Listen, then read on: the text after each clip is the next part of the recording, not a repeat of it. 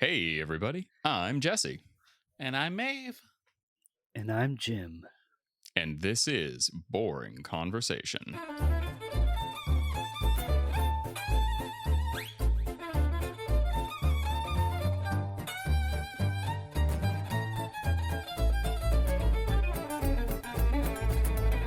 Welcome to Boring Conversation, a Malifaux podcast.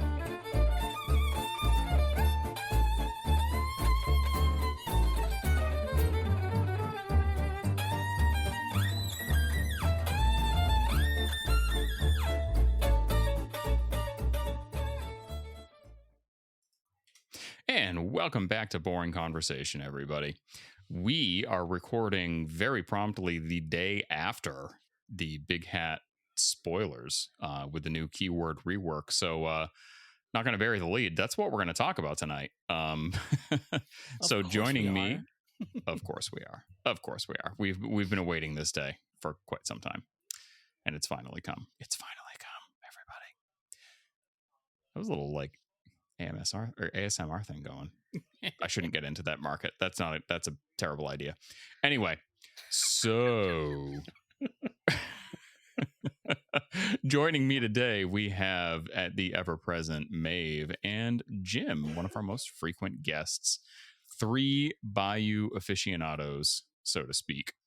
And I'm sure we're all going to have lots of opinions to share about this keyword.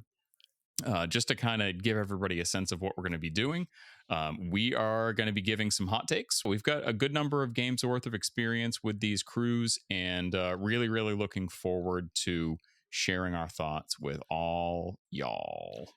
But before we do that, why don't you guys tell everybody what you have going on? Maeve, why don't you go ahead? Yeah, so I my life has been insane for like the past 2 months. So really I don't have a whole lot at this time, but another month or so things will be back on schedule. So make sure that you check out my RPG podcast, Foxtail Games. We'll have some more episodes of that coming out, and I'm definitely going to be here. You'll probably I think the Rage Quit Wire guys were asking me to come talk about some stuff, so I'll be here, there, everywhere. You know how it is. Awesome. Jim, how about you? Well, I'm going to have to say, please, if you haven't already, check out The Other Coast. It's another Malifaux podcast out of the West Coast, LA area. And I'm a sometimes host over there as well. And it's another fun thing to listen to. Also, I'm going to second Foxtail Games as we are recording around the Halloween time. I've got something that I'm working on with Maeve for that is very much in the spirit of the season. So keep an eye plastered for that. It's so good. It's so good. Awesome. And then I myself, after having just returned from the Lone Star Foedown, which Jim was also present for, have been taking a little bit of mental space from Malifaux for the last couple of weeks, just because my life's been essentially absorbed with it for a little while. So just kind of, getting my bearings and kind of resetting so that I can get ready for Captaincon. Captaincon. Captaincon, I'm going to be running all the Malifaux events at it, just like usual. It is going to be held the weekend of February 2nd, Friday, February 2nd through Sunday, February 4th. The Malifaux Content Creators Invitational is going to be on Friday. I've already sent out a bevy of invites, and I've gotten quite a few responses. I'm going to be starting to post attendees very, very soon. If you are hearing this and you would like to attend as a content creator that does any amount of Malifaux, you could just do a little bit on your channel and also focus on some other games, or you could be entirely dedicated to Malifaux like so many of us are. Feel free to get in touch. You can reach me via email at boringconversationpodcast@gmail.com. You can also get in touch with me on Facebook Messenger, or you can join our Discord chat and get in touch with me there. I would be more than happy to get as many teams as we possibly can participating this year. It's going to be the same format as previous years. We're going to be doing 2-person teams from content creation channels from all over the Maliverse. We're probably not actually going to have a team cap this year. Previously, it's been capped at 14. Although because of the way that the scoring works and the combined victory points and diff between the two teammates, we actually have a lot more wiggle room in terms of not having to worry about tiebreakers at the top tables. So I'm probably just going to be uncapping it. We're going to see how many we can get. I think our previous, I think that our previous max teams was 11 with a bye team. I would love to get to 14 or even 16 this year. We will see how that goes. And I'll be there, and I'm trying to make Jim come too. Would be great. Would be great. We're also, of course, going to have the open tournament on Saturday and Sunday. That's going to be for anybody out there in the Maliverse that wants to come play. And there's going to be a bunch of folks from the content creation sphere as well, thanks to the Malifaux Content Creators Invitational. And I'm sure we'd all love you to come hang out, play some games, and just generally relax and have some fun.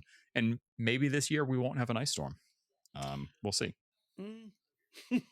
It's looking, I mean, I don't know. It's looking like it's going to be a pretty crazy winter, but hey, you know what? I'll buy myself a farmer's almanac. Yeah. Fair warning, and Connecticut in February is cold, especially for us Southerners. Yes. Rhode Island, point of order. But yes, Connecticut is also cold, and it's right next to Rhode Island. Well, the plane comes in Connecticut, so. The plane does not come in Connecticut. My plane did. Plane comes in Rhode Island. No, my plane came in Connecticut. What? For sure. The closest airport in Connecticut is like 2 hours away. Maybe There's I'm no wrong. way. I don't know. No, you're definitely wrong. Regardless, all those New England states are the same. Yeah, more or less. I think the first year that I hosted events was 2 years ago. Was that the year that we had the ridiculous ice storm where there was literally a half inch of ice on my windshield when we went out to go we were get, all in the car beers. freezing while you were waiting to clear it off. I've definitely slashed one of my hands on broken ice and completely destroyed an ice scraper. When realistically speaking, we could have been smart and just started the car and then walked inside for 15 minutes. Well. Yeah, we were kind of brain dead from already 2 days of Malifaux. So true. I just took the Hulk smash approach to getting the ice off the windshield, which I won't be doing this time. Anyway, so but the brews Captaincon were good when we finally got to where we were going. They were. It was a great restaurant. Aside from that, I just kind of wanted to share a little bit of fun that I've been having, not actually playing, but like theory crafting, playing a couple other games. I found out that there is actually a small play group for one of my very favorite collectible card games from my days of yore, and that's Vampire: The Eternal Struggle, at a local gaming shop. Yeah, it's still in production. I could have sworn game. That was some weird kind of like fever dream. No, it's real. It is a real thing. It's at a gaming shop that's like 20 minutes from my house, so I might be going there this Saturday to play some Vitas, which would be super awesome. There's also been a veritable explosion of BattleTech in my area. Basically every LGS has it at this point, and there are regular play groups that meet in probably 5 different gaming shops that are all less than an hour from my house. So yeah, pretty wild. And I have a lot of mechs still, and it's kind of it was my first minis game, so I'm kind of looking forward to dusting them off and then eventually teaching my son how to play too. There you go. Have you tried any of the new production that they've had in the past few years?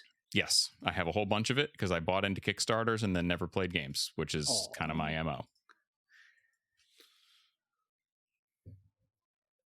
Did you have a point that you wanted to share about that, Jim? No, I was just asking. Okay, yeah.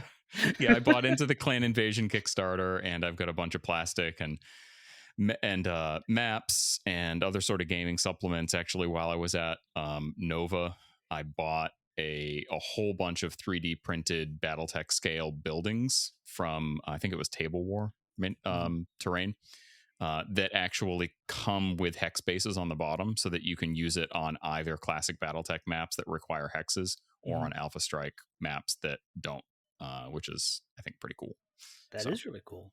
Makes for a more dynamic looking battlefield, and my son will think it's a lot more interesting than just looking at a flat hex map with like terrain heights and stuff on it. Not very fun. Anyway, So yeah, that's what I've been doing. And now I guess we can just talk about what we're drinking tonight and get right on into the meat of the episode. So I will start it off. I am drinking what I was very concerned was going to be a terrible beer. It is called Garde Brewing Petit Blanc, a tart farmhouse ale aged in oak with late harvest Riesling grapes. It's pretty amazing. It's like a vergence of wine and beer, which is really super cool. The reason I was concerned it was going to be terrible is because this is a bottle of beer that I liberated from the basement storage area of a friend of mine's restaurant like 5 years ago after they sold their liquor license, and they had a bunch of fancy beers that were literally like they had mildew all over the bottles, and some of them, like the labels were all peeled off on most of them. Ugh. And when I just took this out of my basement, it literally had like dust and mildew from their basement still on the outside of the bottle. But imagine that, they're air and water tight. So I cracked it open and it tastes phenomenal. Phenomenal. There you go. And Maeve, what do you got? I'm just drinking a Pepsi because as we are speaking, my first grandchild was born just yesterday on the same day that all of this released.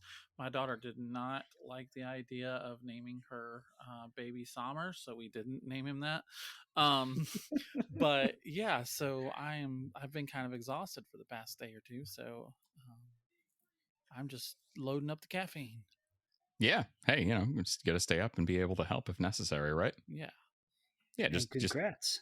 yeah, and congratulations. Thank you. Absolutely. He's a sweetheart and adorable. So, Jim, how about you? Well, I think last time you had me on, you talked to me about this coffee milk drink that you all have up there. Well, you got me hooked. So right now I'm having some whole milk with some Morning Glory coffee syrup, Hell yeah. and it is a delightful dessert drink. Yes. Yes, absolutely. For anybody who's never had coffee milk, when you come up to Captaincon in Warwick, Rhode Island, we could definitely stop by a local grocery store, or I could just bring like a case of it, and y'all could buy bottles of coffee syrup. It's great. It's like drinking Hershey's chocolate milk, except instead of chocolate flavored, it's coffee flavored. Mm-hmm. Yeah, that's the best way I can describe it. It's great. Anyway, so usually at this point we would say what the episode's about, and we already kind of said it. So new hats. That's what the episode's about tonight. So many hats. Out with the old and in with the new. We are going to be talking about the revamped Big Hat keyword and Summerteeth Jones. I am so excited. I've very been waiting excited for this day for so long. Summer's fall from grace was what some people would call meteoric. He went from in GG0, base rule book when the game first came out. He went from like arguably the best master in the game at that time to probably like the bottom of the barrel. Yeah. Mm-hmm. Over several gaining grounds iterations and a few errata passes. So yeah, he's had quite the roller coaster ride. And anyone who's spoken with me about Malifaux for more than 5 minutes knows like how upset I was about this whole change. So today is my redemption. Today is You are vindicated. Truly. It's a whole like we just might want to make 1025 a new holiday for the Bayou. Yes. The hat holiday. Yes, we'll have to come up with a fancy name for it, and then we can like make that the episode name. Habberdashery Day. How about that? Right. There we go. There it is. Habberdashery Day. So we're not really going to go over like every single change on every single card, because like kind of who cares about what the old cards did? All that matters is what they do now. I'm sure we're going to reference back to some of these specific changes. There were a few models that changed significantly, a few of them that basically had a few adjustments. We are pretty much going to run through the entire keyword, in which there is quite a few models, but we're not going to be literally reading every single rule on every single card.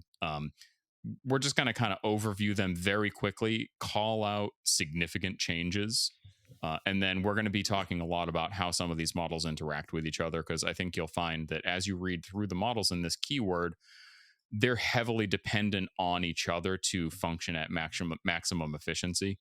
even with some of the changes that were made to the keyword to help models be a little bit more independent, which was always sort of an issue with Big Hat previously, if you spread these guys out, they're going to be able to like survive and actually do something with not stat 4 attacks. But they're not really going to be firing on all cylinders if they're not near the rest of their family members. Well, let's just go ahead and talk about like real quick why Big Hat needed to change, because I think that's really important to start the conversation. Take it away. And I think that they did a really good job in the Waldo's Weekly of kind of explaining some of this too. But the bottom line is that Bayou Bash, which was their old ability that required you got better stats if you had at least 2 other Big Hat models near you, just didn't work. It didn't. It made them very vulnerable. It made it very hard for you to splash anything out of keyword because it required you to have those models. It made it harder for them to make like split keyword models. So even in like the development end of things, suddenly this became a very difficult like rule to deal with, because you didn't want to make a model that had 2 keywords but also had Bayou Bash, because then it would be crappy in the other keyword, or it would have like a stat 9 in Big Cat, which was not good. And honestly, I think like as the game sort of progressed and as we got more and more models, more attacks, we saw more like, especially with explorers, we saw like Explorers has a ton of shockwaves and non-gun shockwaves, right? Like there were all of those like blast attacks and area of effect attacks started making Bayou Bash just so much weaker of an ability. So that, I think, was what was really keeping, even with all the changes and stuff, was really keeping Big Hat down. Just not being able to cope with all of the new changes that were coming out, as the game matured. So the first big change that they had to do is remove Bayou Bash. And they did that by taking Som'er's old ability, Bayou 2 card, and just making it the keyword ability. It was really cool. Basically, once per activation, when they declare an action, they can cheat off the top of the deck. We've seen it before. It's not a brand new thing. The only important thing about Bayou 2 card is they now have to declare a trigger, which can be tough because a lot of models have triggers you don't necessarily want to trigger all the time. There are triggers that can kill your models. There are triggers that can end activations. There are triggers that can do damage to other things.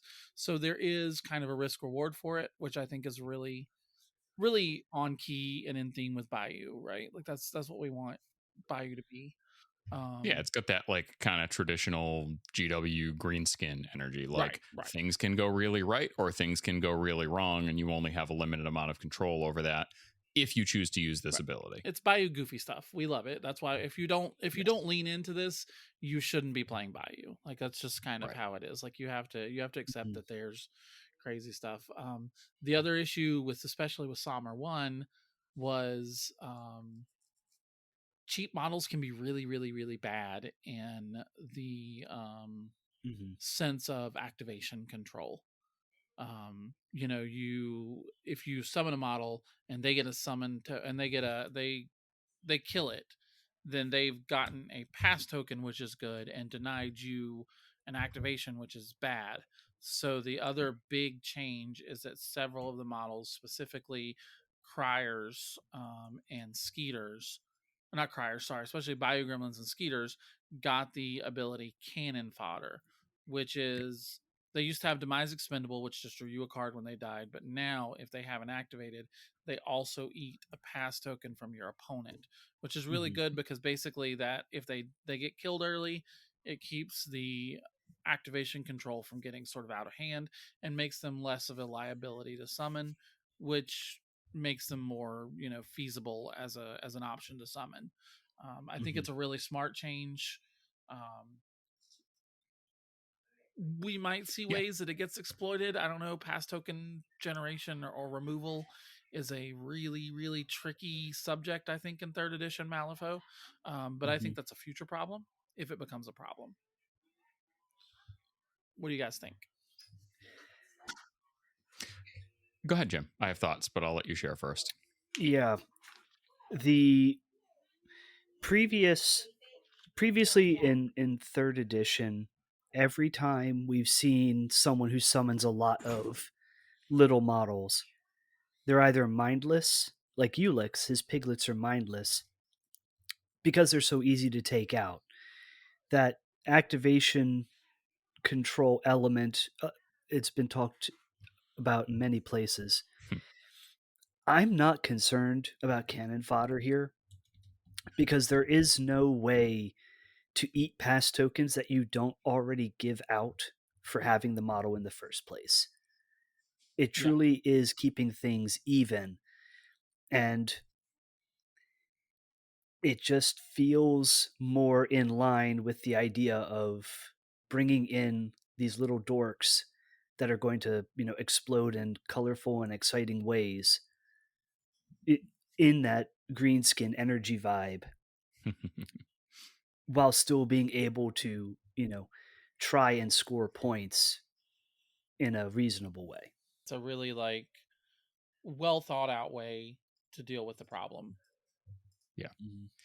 And, at the first glance, you would say, well, why don't you just give them mindless? Because then that solves the issue. Kind of, but not really, especially with Bayou Gremlins, because most of the other models in the game that have mindless, so that they don't give out a pass token and they don't get to activate, also have more than 2 hit points and stat 4 defense and stat 3 willpower. So a piglet is mindless, but 3 wounds is a heck of a lot different than 2, because with only 2 wounds, it's very, very trivially easy for basically everything in the game to kill one of these before it activates. Mm-hmm. And, the other issue is that cannon fodder works every turn. It's not just the turn that they're summoned. So a lot of times with, mindless models, it's okay, well, I can just ignore them the turn that they come in unless it's easy for me to kill them. And then I just kill them before they activate the second turn. And, my opponent just basically wasted some actions putting this thing into play. Mm-hmm. With cannon fodder, it's still an active disincentive for your opponent to kill the Bayou Gremlins early on subsequent turns, which I think is kind of important because they're so trivially easy to kill. There's ways that you can kind of work around it too. It's not like you have to be Yoko that can eat pass tokens for plus flips. I think when you're playing against som'er, there are going to be situations when you say, okay, what's the worst that could happen if my opponent goes first with a couple of pretty strong models, and then I get my chance to do my punchbacks or try and knock something out. But then after 3 of my models have activated on second turn, third turn, fourth turn, I start burning pass tokens so that I don't have them towards the end of the turn when I start incidentally killing Bayou Gremlins.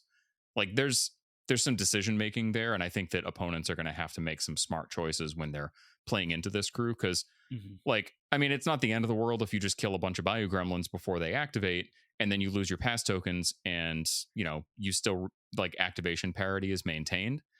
But if you start burning all your pass tokens and then killing Bayou Gremlins before they activate, that changes the math kind of a lot. Mm-hmm. Mm-hmm.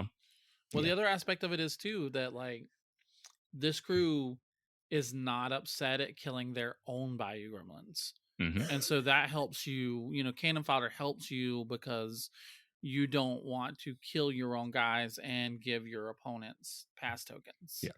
And that's an important point, is Demise cannon fodder works when you kill your own Bayou Gremlins. Mm-hmm. It's not just when enemy models kill your Bayou Gremlins. Yeah. And we'll get into it, but there are several ways that you'll want Bayou Gremlins to take punches for the team. Mm-hmm.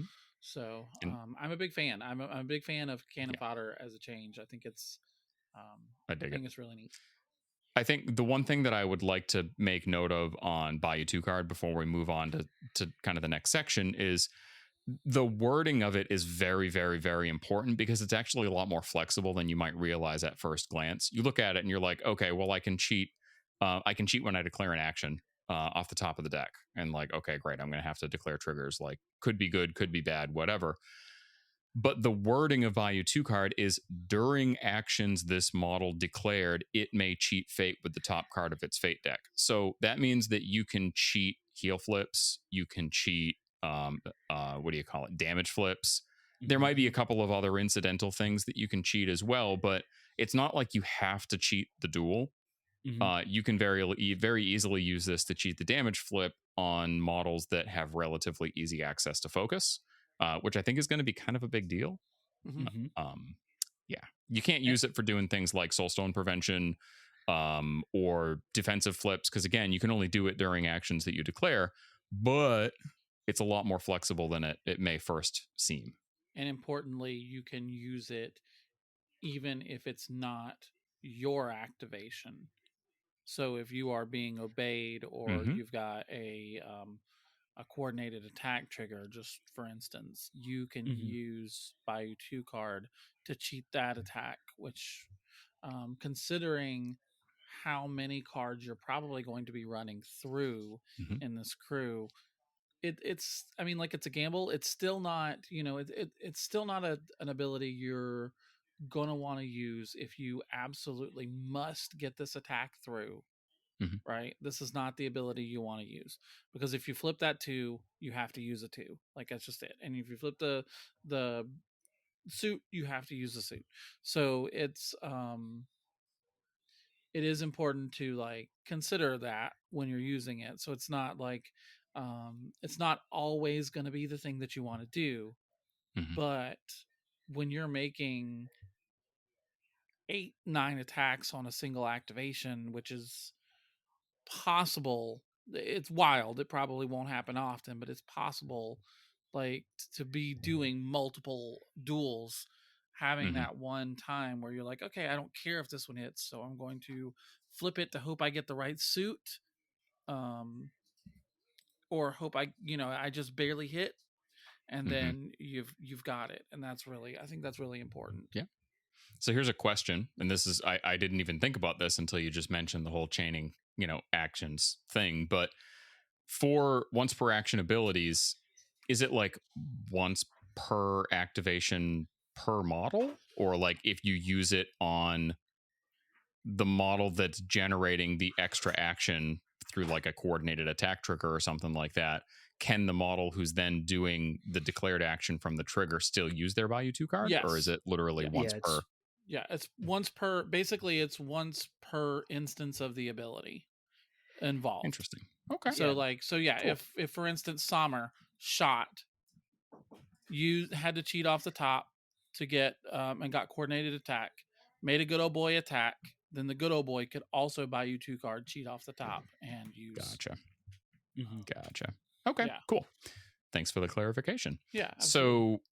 So with all that said, what do we think that some of the strengths and weaknesses of this keyword are at kind of first glance? I'll let you guys go first.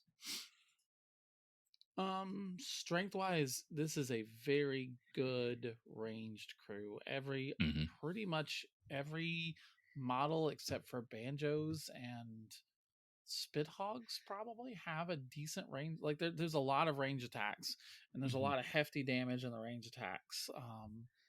That is, you're gonna see. There's not a lot of getting around. Like, that's one thing you'll notice, is that there's not a lot of ignores cover, not a lot of ignores concealment, but there are just a bevy of attacks. Like, you can really just, like, throw attacks out and just keep shooting and keep shooting and keep shooting. Yeah, there's definitely a lot of chained actions, and to your point, most of the models in the keyword have some kind of a ranged attack, and most of them do damage, which is great. You've got a couple of lures and other sort of incidental stuff too, but yeah, there's lots and lots and lots of ranged threat in this keyword. Yeah.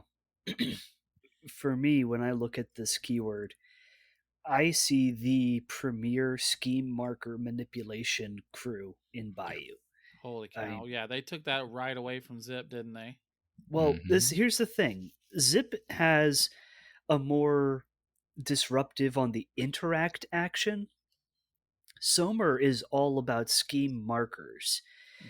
So it's kind of like the difference between Nelly and Lucius in Guild, is the way I kind of look at it. But Bayou is known for being a faction with a lot of answers for markers, and always has been. they've always had Lucky Effigy, Emissary. They've had Mark Territory on 12 cups. And it's very much in that theme. But there's a lot of things that just remove scheme markers in keyword now, which I struggle to see. And I guess we'll talk about this near the end. I struggle to see a scheme pool that has like 2 or 3 schemes that involve scheme markers that I don't go, I really want to bring som'er here just to dominate those secondaries. Yeah. Well, that was a problem too with like, som'er 2, when som'er 2 was first out, and it was like, oh, he's got this really cool engine where if a keyword model eats a scheme marker, then you can summon a Bayou Gremlin, except that in the old instance of this crew, there weren't a lot of scheme marker removal on the card that wasn't just specifically an interact action. So now, like, you actually have an engine that sort of functions, which is, it's always cool to have, like, it sucks to have to like work to get your crew going. I know. It's such a shame that a Bayou crew would actually be taxed into taking 2 12 cups of coffee. Terrible upgrade. Probably still going to happen, but we'll get there. And I would say the other real strength of the crew is it's really got a sort of a Hamlin-y vibe of just creating an enormous number of cheap models that you have to chew through. And they have some ways to like direct attacks onto some of the Bayou Gremlins, and it really drains some of the efficiency out of your opponent's actions when there are lots of ways for you to speed bump them, block them from attacking key models, and basically force them to kill all these little dudes that are going to give you cards and take away their pass tokens. Yeah. It arguably not a great has situation. it arguably has what is the best version of Take the Hit in the game now. Yeah. Which we'll get to when we talk about Old Cranky. But what about weaknesses? What do you guys see as gaps for this crew? Things that they might really struggle with? The first thing that comes to mind for me is area damage like blasts and shockwaves, which is certainly going to be the case with any sort of swarmy crew. It's no different here, especially because with shockwaves, you can't use the Bayou 2 card to try and flip your way out of it, which is very important. And you have a lot of models with relatively low stats, especially the Bayou Gremlins. I mean, some of the models have respectable stat lines. But in terms of all the little Bayous, like if you're going to start forcing them to take even defense 12 duels, they need 8s to pass that. And you don't really want to spend an 8 from your hand on a Bayou Gremlins passing a shockwave. There's nothing special on anybody's stats. I think that's like just a flat out. There's nothing like we see. som'er 2 has a 6 and a 6. som'er 1 is a 5 and a 6. Georgie and Olaf is a 6-5. Everybody else is either 5-5s or 5-4s, and like that's the stat lines aren't Cranky's random willpower 6. Like, what the hell happened there? And it does bear mentioning the Skeeters are still defense 7 because mosquitoes are really hard to hit, but they're also willpower 3, so it's not like. And they only have 2 hit points, so when you do get there, you get there. Like, Min's gonna kill them for sure. So area damage, and then by extension, I would say hazardous terrain could theoretically be a big problem if you're playing into a crew that can put out a lot of like pyre markers, pit traps, that kind of thing.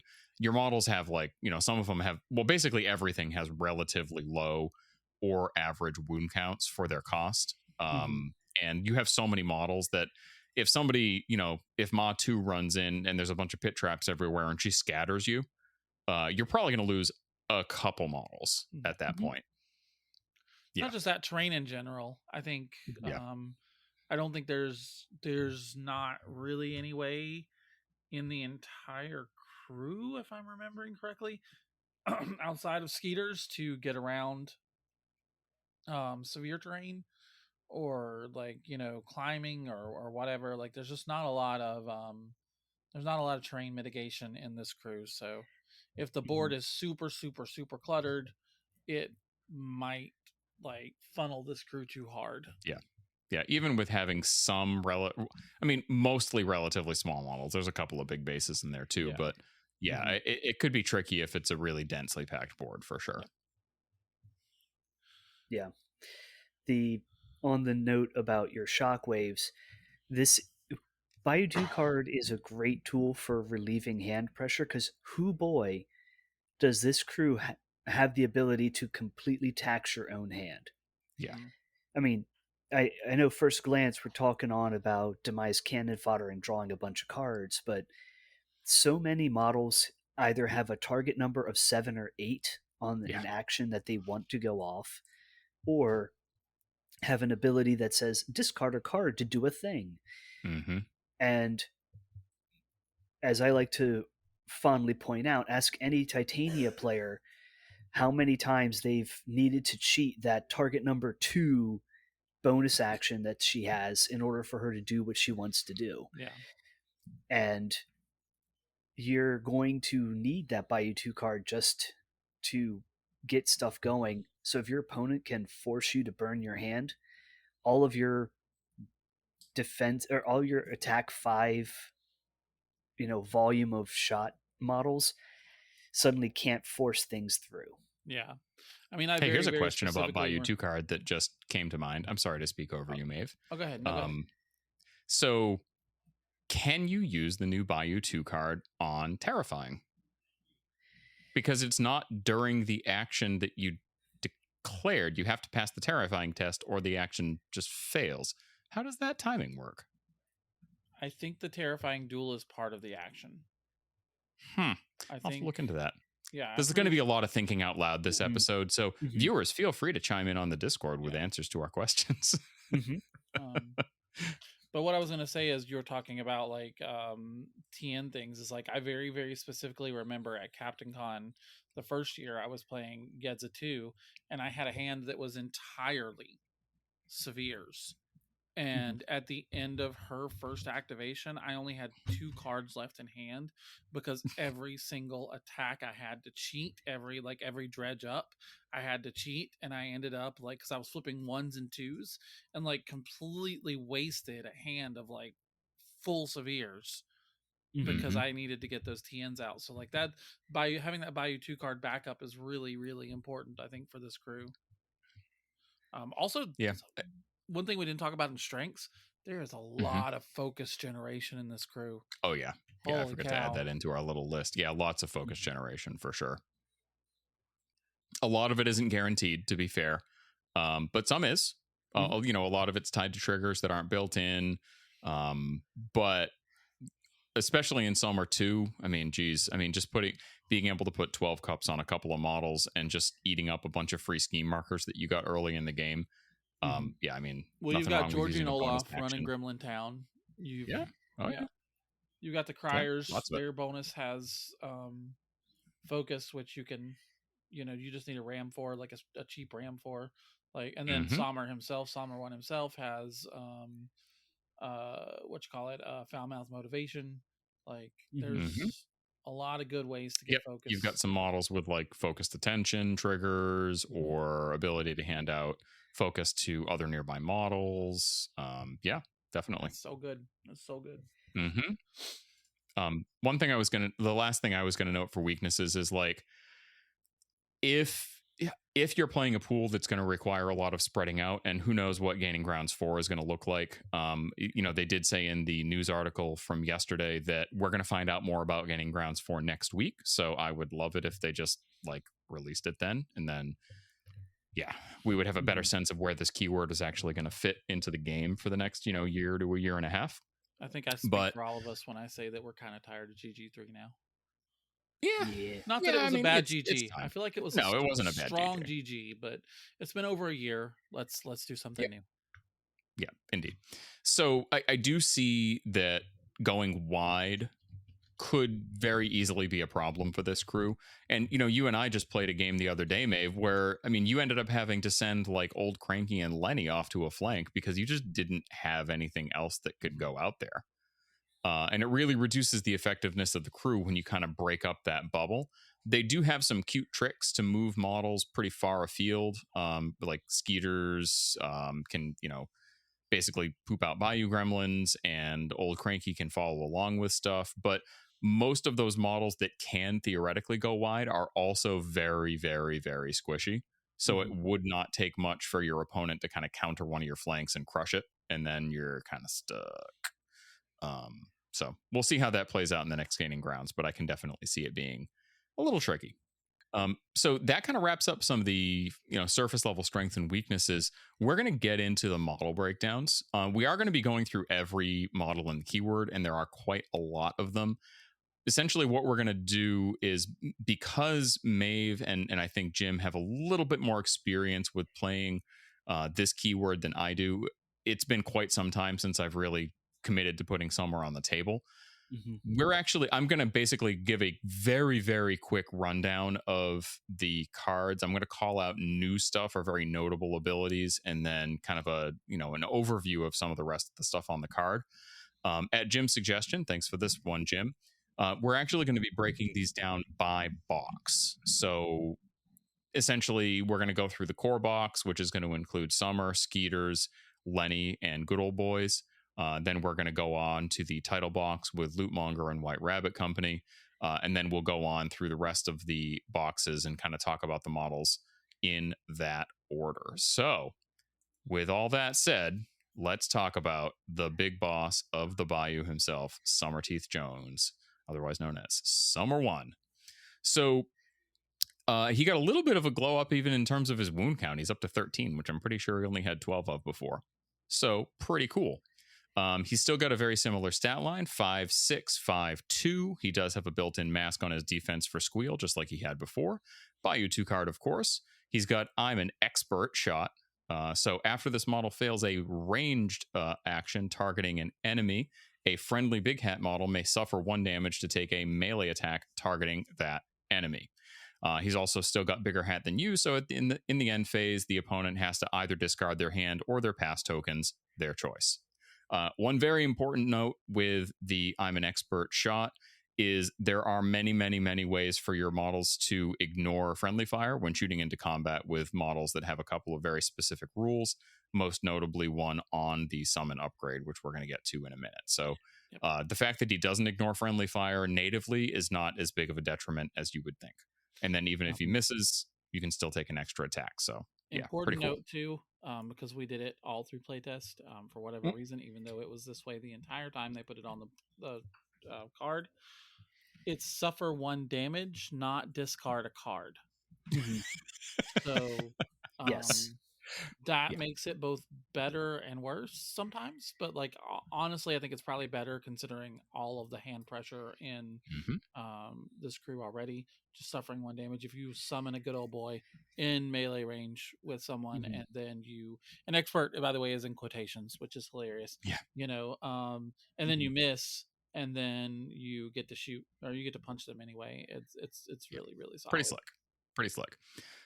som'er has a very basic melee attack, which I'm not even going to bother saying anything about, aside from the fact that it does push the target 2 inches in any direction, and it has no triggers. You're only going to use this as a break glass in case of an emergency sort of attack. There are not many regular situations that you use it.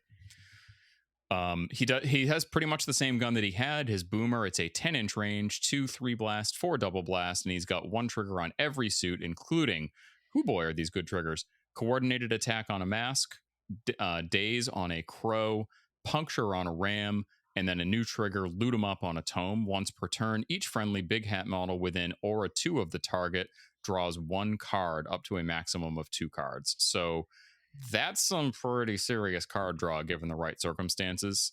You can basically refill your hand with 3 AP from som'er. And coordinated attack is cute because so you either can shoot and hit and coordinated attack and your Good Old Boy hits, or you can shoot and miss and then expert shot pings the Good Old Boy for 1 damage and they swing. So chances are almost every time he's shooting, somebody else is going to take a swing.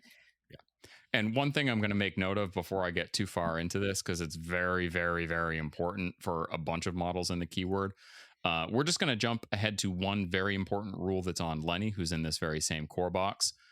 Lenny is som'er's henchman and a model you're probably going to be taking pretty much every time. His Gremlin General rule got reworked such that friendly models within Aura 8 that cheat Fate using Bayou 2 card always get masks built into their final duel total.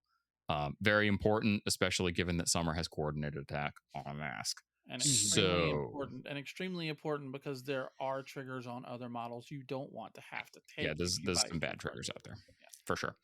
So he did gain foul mouth motivation. It's a pretty standard one. No big changes there, but he has a pretty slick mask trigger. Didn't need to hear that. Choose another model within 3 inches of the target. That model suffers 2 damage.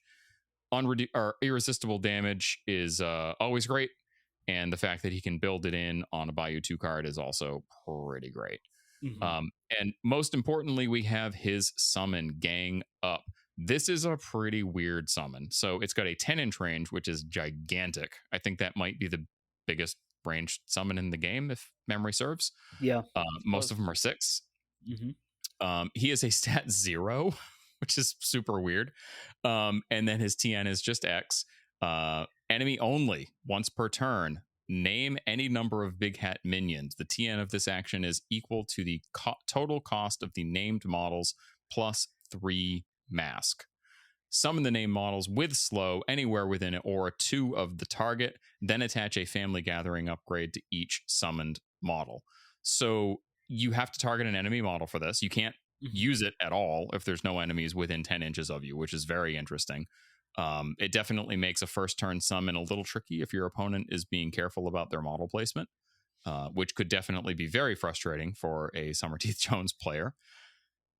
You're still going to need a pretty high card to summon most models. And the fact that you can target an enemy model that's 10 inches away and then summon models within aura 2 of them lets you put stuff like anywhere between 13 and 14 or even close to 15 inches away, depending on the base size of the enemy model that you're summoning. And some of the models that he can summon really, really, really heavily benefit from that long-range placement right in the middle of your opponent's crew. Very important before we talk about other stuff on him that we understand how his Drunken Stupid, otherwise known as Family Gathering upgrade, works. It is indeed Plentiful 5, just like most other summon upgrades. The summoned models gain Hunting Partner. Friendly models' attacks ignore this model for the purposes of friendly fire, and enemy models with an aura 1 must discard a card to declare the disengage action. Gross. Then they also gain a bonus action, Break Stuff, range 2, stat 5, TN 10, target a scheme marker, remove the target. And then on a crow, they have to discard a random card and then draw a card. And on a mask, they push 2 inches in a direction chosen by the opposing player. So there you go. Something really important. There's 2 really important things I want to point out here. Number 1, I think the stat 0 on the summon upgrade or the summon of action is actually a really nice simplicity change that I kind of would like to see happen to all of those specific types of, plus, TN plus stuff, because it makes it a little bit easier to understand the math of it when you're just looking at the card. The old ways it was oh, it's 10 plus the plus the card plus this is your stat. There was a lot going on there. This is so much simpler, I think, to just bring it down. Yeah, for sure. And I like that a lot. You still summon you can so kind of to break it down, looking at it, you can summon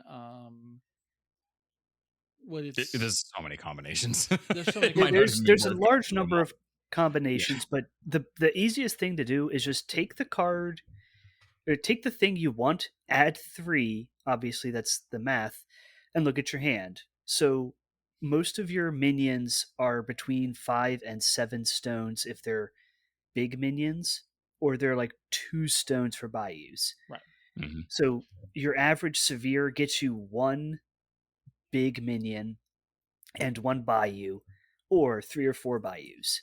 13 gives you 5 bayous. Yeah, 13 gives you 5 bayous. Now, granted, this is important because the models have to be summoned within aura 2 of the target enemy model. There might very well be situations that you literally can't fit 5 Bayou Gremlins within a 2-inch aura. So there's a bit of a limiting factor there. And that does definitely complicate things with summoning some big bases. Like if you tried to summon a 50 mil Spit Hog, there might be some situations that it's tough to actually fit them in, but Yeah. The other And- thing I'm going to talk about that I want to loop back to when we talk about the title som'er is it's very important and interesting to note that the Family Matter or Family Gathering upgrade does not say summon upgrade on it anymore. It is not actually a summon upgrade. Now, by the rules, that does not mean that his models that are summoned can interact with strategy markers, because the rules specifically say summoned models do not, and they are definitely models that have been summoned. But yeah, it's kind of weird because the way the rules are written, that means they also do not get summon tokens, and I'm curious as to see how Weird responds to that. There Yeah. are a few instances, I think, where this like becomes a little like there's a couple schemes that specifically mention summon upgrade. So them not having a summon upgrade makes them like viable for that scheme. It's a little strange. I think also Guard the Stash specifically says models that have a summon upgrade don't count. So I'm really curious to see how Weird deals with that when we come to it. But just for people that are wanting to go out and play it right now, that does not mean that they can go push the strategy button. They cannot push the strategy button. They're still summoned models. Yeah. Yeah, it's one of those things where you don't know if it's an oversight or if it's something building towards a change in the upcoming GG4. I guess we'll just have to wait and see. Or just a philosophy change for how summons are going to work. Yeah, it could just really be a philosophy change. They could be saying that, like, hey, we made summoners too weak by having some of these restrictions in play, so we need to test how taking that, kind of rolling that back would look. Well, one of the things that I think we really failed to touch on so far, and maybe we'll get to it towards the end to kind of circle back to it, is that this is really, really interesting because this is the first time they have done an overhaul like this. So we are kind of looking at like a prototype. Is this going to happen again? Is this going to be sort of the new norm for rebalancing the game? Like there's a lot of thoughts that I think we can have a whole episode on about like what this is, but we're looking at like several different little changes that make me wonder, like, is this a new direction for third edition? And if it is, I'm not upset about it. Yeah, honestly, like they've done such good work on tidying up core rules, changes, fixes, FAQs, clarifying things, that like if this is the way that they're going to handle things moving forward, we might really not need a new edition for a long time. Yeah. I mean, Gaining Grounds already resolves a lot of the issues that we see with stagnation. And if this keyword rework actually lands, like it seems like it probably will, and they continue to do that moving forward, I mean, that'll just be a great way for them to breathe new life into the game without having to rebalance everything for a whole new edition and starting from scratch. So yeah, I'm all for it. I'm all for it. Yeah, well, yeah, I guess let's talk about, you know what, before we talk about Skeeter, we'll talk about Skeeters. That's fine. We'll do that. I'm going to keep all that in. I'm not editing that crap out. Okay. So, Jim, did you have any final thoughts on som'er 1, Maeve, or are we pretty square there? I think we're pretty square there. I think we're pretty square. All right, cool. So Skeeters, very similar to what they were. They're still stat 7 defense, still only 3 willpower, flight with move 6. They do have indeed Bayou 2 card. They are insignificant. They have hunting partners built in, and they have the new demise cannon fodder. Their melee attack is pretty much the same that it was. They're Probosky. I think that it doesn't have a 0 damage minimum. I can't remember if it did or not. I know it did at one point. That might be a second edition memory. Doesn't matter. It is what it is. Doesn't matter. It's irrelevant. It is a stat 4 0-inch range with a built-in RAM 1/1/2, and it has Drink Blood and You're Coming With Me. They got 2 new abilities. They now have Blood Meal, which is a gross name, and that's actually what mosquitoes and other blood-sucking insects meals are called. They're called blood meals. There you go. I learned that from Stuff You Should Know, another great podcast that you should listen to. Yes. Anyway, it is a range 6, target a friendly Bayou Gremlin, place this model into base contact with the target, drop a scheme marker into base contact with the target, then kill the target. The first of many kill your own models sort of rules that we're going to see. Mhm. Its bonus action is a range 2, stat 6, 12 TN, target an enemy scheme marker, summon a skeeter into base contact with the target, then remove the target. And then on a mask, that's one ugly baby. When resolving, instead of summoning a skeeter, summon a Bayou Gremlin. Mhm. Importantly, neither the skeeter nor the Bayou Gremlin that are summoned from that gain a Family Gathering upgrade. They would, Is of course, this- still gain a summon token, but Yes. Is this a contender for one of the best names of triggers ever? yes. It is. Like, Yeah, it's that's phenomenal. up there with Handful of Snakes, right? I think so. Yeah. For sure. Also, Drink Blood on a model with 2 wounds is kind It's of hilarious. It's pure flavor. It's pure flavor. Yeah. Like, what? And I think they felt comfortable building it in because the number of times that it'll actually come up and be relevant is like minuscule. Very rare. It's not going to Correct. happen that So often. rare. So But You're Coming With Me is really good because they do have Yeah. the Bayou 2 card. Like, yeah, if they're Mhm. close enough to Lenny, building it in is not a bad thing. I mean, it's only a stat 4, but just being able to displace enemy models with a freezy suit I occasionally like these guys. is pretty Totems cool. that replace themselves, I think it's really, really Yeah. cool. Summoning new Bayou Gremlins potentially really, really good. I mean, I don't know how often you're going to spend a 6 of mass to do it, but you are removing an enemy scheme marker, which is Yeah, I mean, a big deal. I think that's the thing about That's it. the magic. Th- Yeah. These 2 tactical actions make your skeeters able to functionally interact to drop a marker and interact to remove a marker while an insignificant model. Yeah. Yes, you need other markers and or models around to do it, but as we were talking, it's very difficult for a crew of this size, just in volume of models, and their movement tricks respect terrain. Yeah. Skeeters give you that option to, I need to go drop a scheme marker over there. I'll, get a Bayou over there and send a skeeter, and boom, Mhm. I can go scheme wide if I need to. Well, the whole disrespect play for this, right, is to infuse larvae on your enemy scheme marker, get the trigger to make a Bayou Gremlin, then kill the Bayou Gremlin with Blood Meal and turn it into a friendly scheme marker. Precisely. Pretty funny. And for anybody who's ever played against Zip, you'll know how frustrating it is when you have a stupid model that activates towards the end of the turn, like an iron skeeter, or in this case, a regular skeeter, the non-iron variety, that just like double walks with flight and then uses their bonus action to remove one of your scheme markers and cost you a point. Yeah. Especially when it's a model that can indeed be summoned back. Mhm. Super annoying. I like it. I Yeah. like that they took annoying off of this model. I think annoying was a very, very bad ability to spend Yeah. an action on. It is. It was kind of a trap. It just ended up making you put them in a bad spot and then they got killed. And I almost wish that they had turned annoying into a trigger. I think I would have. kind of like they did with trigger. the what do you call it, Alpinist. I thought that was a good change for that yeah. model. I think it would have been a cool trigger, but I like the direction these guys went in.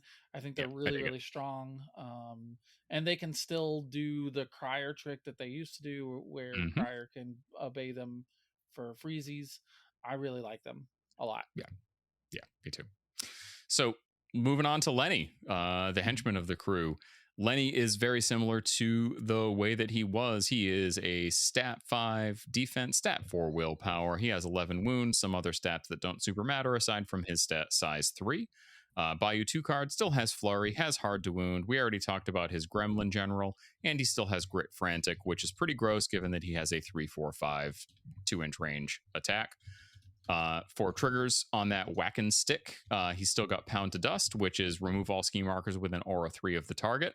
I will say that there are probably many situations that is not the trigger you want to be taking. So, yeah, you always got to be careful with that one. It's good. When it's relevant, it's good. Absolutely. He still has Sweeping Strikes, and he has Shove Aside, which I think used to be on his Whacked Piglet and is now on his melee attack, which makes a lot more sense. His Whacked Piglet is now a whopping stat flippin' 7, 8-inch range, but it can now ignore line of sight and friendly fire. If it does, it suffers a -2 penalty to the stat. It is 2/2/3 blast, and it has a knock aside. He has Toss, and he's now a stat 4. and he's size 3, and you can make him size 4, so he can toss size 3 models. He's going to and toss things. He's going to toss things, and he can toss even size 3 enemy models at a +1 stat versus their resist. So yeah, pretty good. He was always amazing for toss, and now it's even better.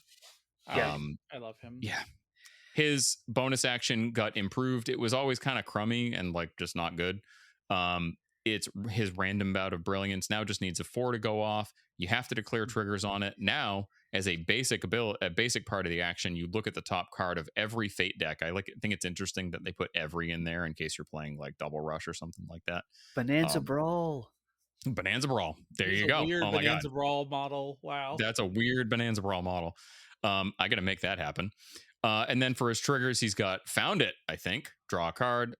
I'm saying these because you have to say the name of all these triggers. So sorry for wasting time. But, a Firefly. Push this model 2 inches in a direction chosen by the opposing player. Nope, was a sneeze. All models with an Aura 2 suffer, or Pulse 2 suffer 1 damage. And then this looks eatable, ? This model heals 2. So there's Lenny. He's pretty straightforward. Do you guys have anything else that you'd like to add? I really rate the fact that all 3 of his attacks have ways to move enemy models or move the target. So he not only is your primary melee piece that wants to get in and hurt things, but at least in our current gaining grounds, where being next to a marker is really important. Any way you slice it, Lenny can say, you know what, you should not be in a scoring position. Yeah, and spoiler alert, this is one of those models that you're probably going to have 12 cups of coffee on. So he's also going to have a diversion aura so that your opponent can't do bonus actions. And he's going to get another bonus action to remove all those ski markers that you're dropping all over the place to get focus 2, which is pretty good on a model with a 3, 4, 5 or a 3 range 2 attacks. attack. And 3 attacks because he has flurry. And you can make 4 attacks potentially because shove aside. And you can have taking attacks out of activation because summer is summer. Yeah, this guy's a terror, and you don't want him in the middle of your crew. Not at all. No. And we'll get to like. So part of me goes, all right. He's 11 wounds, hard to wound with defense 5. That's willpower 4. Like that's. Dangerous. Like he is, he has stones, but he's still. But we'll get into reasons why he's a little tankier than he looks like. Yeah, there's a lot of. Yeah, for sure. I like him though. I think he's a cool model. I think he still does. He lost Ruthless, but we can get that on a stick. So I'm not sure that it's that big of a problem.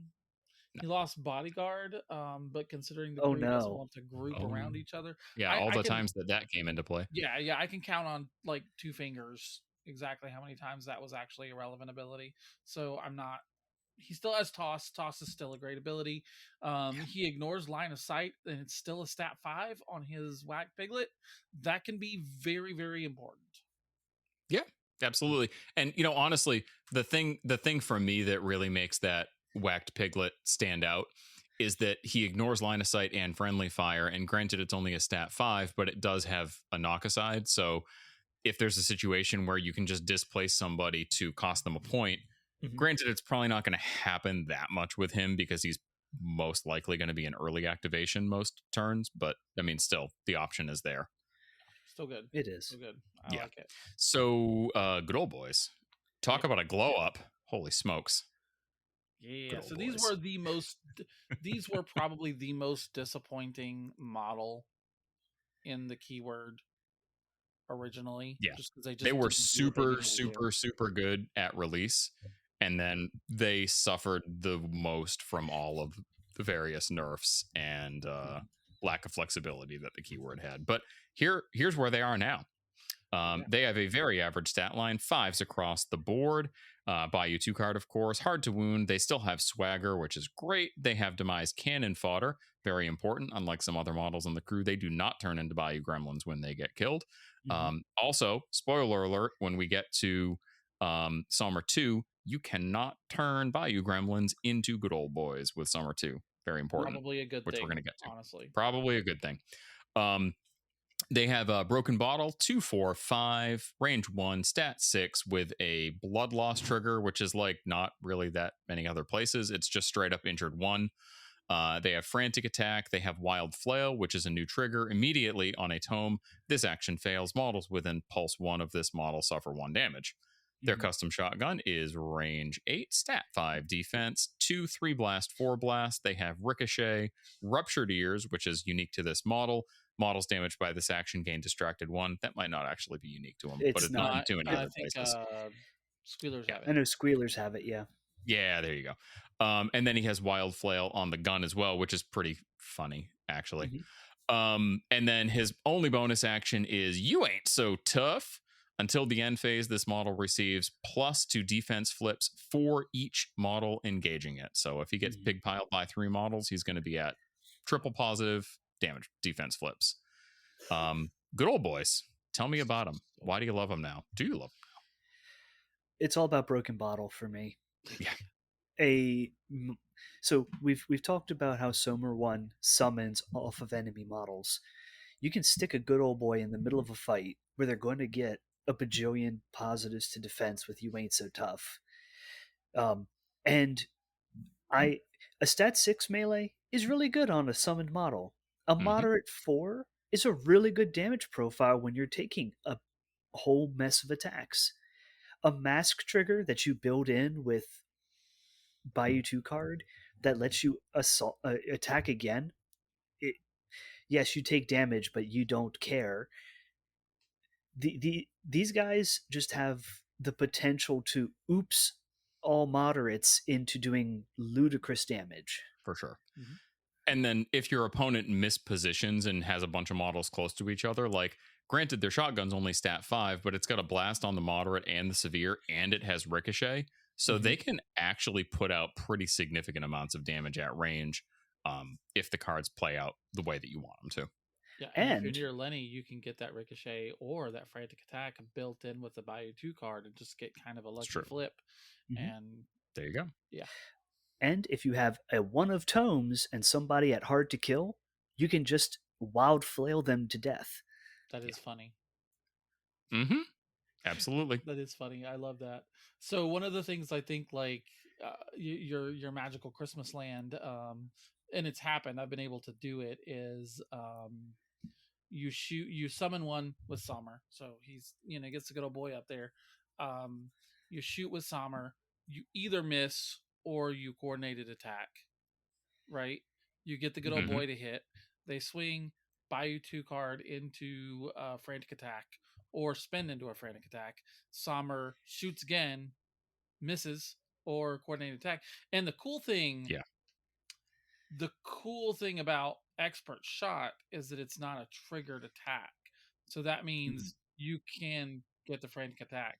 So these guys can potentially get 7 or 8 attacks in a single turn. Like, yeah, they'll be almost dead, but you're summoning them. Who cares? Like, that is basically a ballistic missile that you have just sent in Broken Bottle form at your opponent. And when you're flipping cards that many times, hitting that 4 or 5 damage track is fairly consistent, especially if you bring one of my, and we'll talk about it a little bit later, favorite out of keyword hires to this crew. You're gonna say Big Brain Bryn, aren't you? I am gonna say Big Brain Bryn. Yes, absolutely. Yeah. So Big Brain Bryn, pretty good in a keyword of a bunch of models that can draw a bunch of cards and cheat off the top of the deck. And there's litters of scheme markers to make all your minions, which a good old boy happens to be, take a free action during Bryn's activation. So pretty good out of keyword hire, but we'll get there.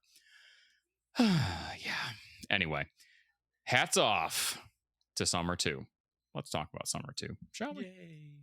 Yay. So Som'er 2, or Som'er Teeth Jones Lootmonger, or Som'er Teeth Jones Divorced, as I like to call him, because he looks like his wife is told him to pack his bags and get out. He does kind of look like he just got kicked out of the house. So he is defense 6, willpower 6, does not have the squeal trigger that the original som'er does. He also lost a wound somehow. He's down to 12, whatever. Has Bayou 2 card and hard to wound. Then he has 2 unique abilities, ransack, once per activation. Before a scheme marker would be removed by a friendly Big Hat model within Aura 10, that model may discard a card to summon a Bayou Gremlin or Skeeter into base contact with the marker. And then he also has spot the goods once per activation.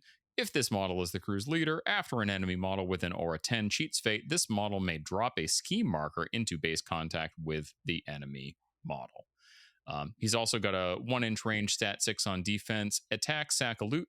Target suffers 2, 3, 4 damage. If there is a scheme marker within Aura 3 of the target, hint, there will always be a scheme marker within Aura 3 of the target. The target suffers +1 damage. So in reality, the vast majority of the time, he's a 3, 4, 5 damage track. He has draw out secrets, shove aside, and stunning strike. He also has a marginal ranged attack, stats range 10, stat 6, 2, 3, 4 damage with a delay trigger for slow. And then his other unique stuff is going to be Gremlin Raid. Range 10, stat 6 needs a 6 to go off. This action cannot target the same model more than once per activation. Other friendly model only. Push the target up to 6 inches towards a scheme marker in its line of sight. If the target is a Big Hat model, it may take a projectile action. On a mask, you get Ready Boss. Target may remove a scheme marker in base contact with itself to gain focus 1. On a ram, you get Secret Mission. Until the start phase, ignore the target's insignificant ability. Until the start phase, ignore the target's insignificant ability, if any. Yeah, I had to say that a second time for the crowd. And then his bonus action is Take This Seriously. Needs a 7 to go off, range 10, target a friendly Bayou Gremlin, and name a Big Hat minion with the Demise I'm done with this ability. Replace the target with the name model. The new target heals 3 and attaches a Family Gathering upgrade. The legal target or the legal choices for that are going to be Banjonista, Gremlin Crier, and Spithog. That's it. Can't do Good Old Boys. So important to know, real quick, because of the way they changed the Family Gathering upgrade, that means that the upgraded model does not get slow, because that's specifically on the gang up ability. So they don't lose anything.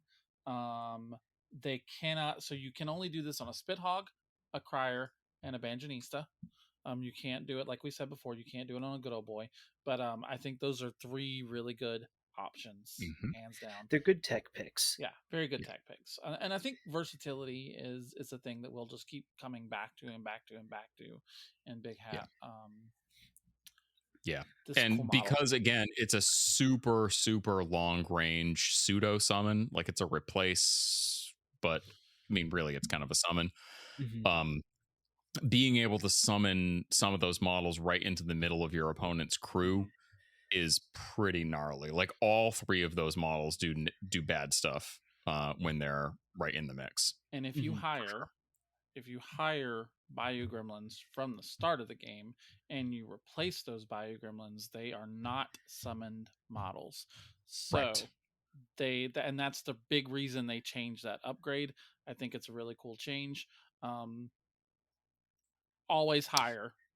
Yeah, I think you always hire like 2 Bayou Gremlins. Yeah, always hire 2 Bayou Gremlins.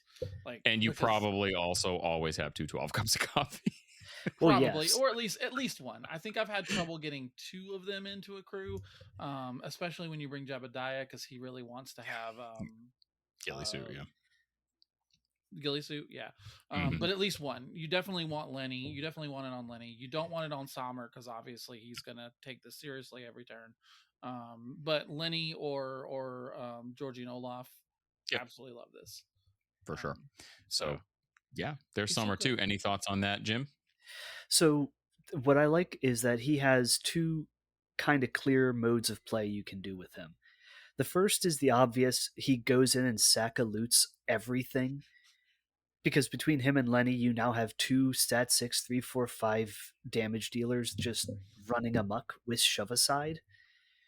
That's, between the 2 of them, you can get 7 stat 6 min 3 attacks out in a given turn. That seems okay. The other thing is that if your opponents do have, a crew you do not want to dive into, like a Jackdaw or a Yedza or something. Gremlin Raid, it reminds me of Bandit Raid because it's clearly inspired by that. But you have two really good long-range guns in Keyword in Jebediah and Georgian Olaf. So I think there is absolutely a world where you throw a shoe at somebody to slow them with throw junk, and then just Gremlin Raid your two big guns, and he's almost like an obey master at that point. Yep. Yeah. I agree. And because of oh, go ahead. I was just going to say something about Secret Mission, but yeah. Go ahead. My trouble with Secret Mission is when you use Secret Mission to ignore insignificant, the insignificant models are Skeeters and Bayou Gremlins. And if you do something like Guard the Stash and you send a Skeeter to tag a backfield marker for a turn, it's not going to be within 10 inches anymore for future turns. So it's kind of like, I don't know. Secret Mission doesn't excite me. We'll have to see what GG4 looks like, and if it's more relevant in that. I think that's a very important point. I mean, it is cute for stuff like Guard the Stash, where you need let's say you've got a Skeeter and som'er left to go. Your opponent is pretty well tapped out on models.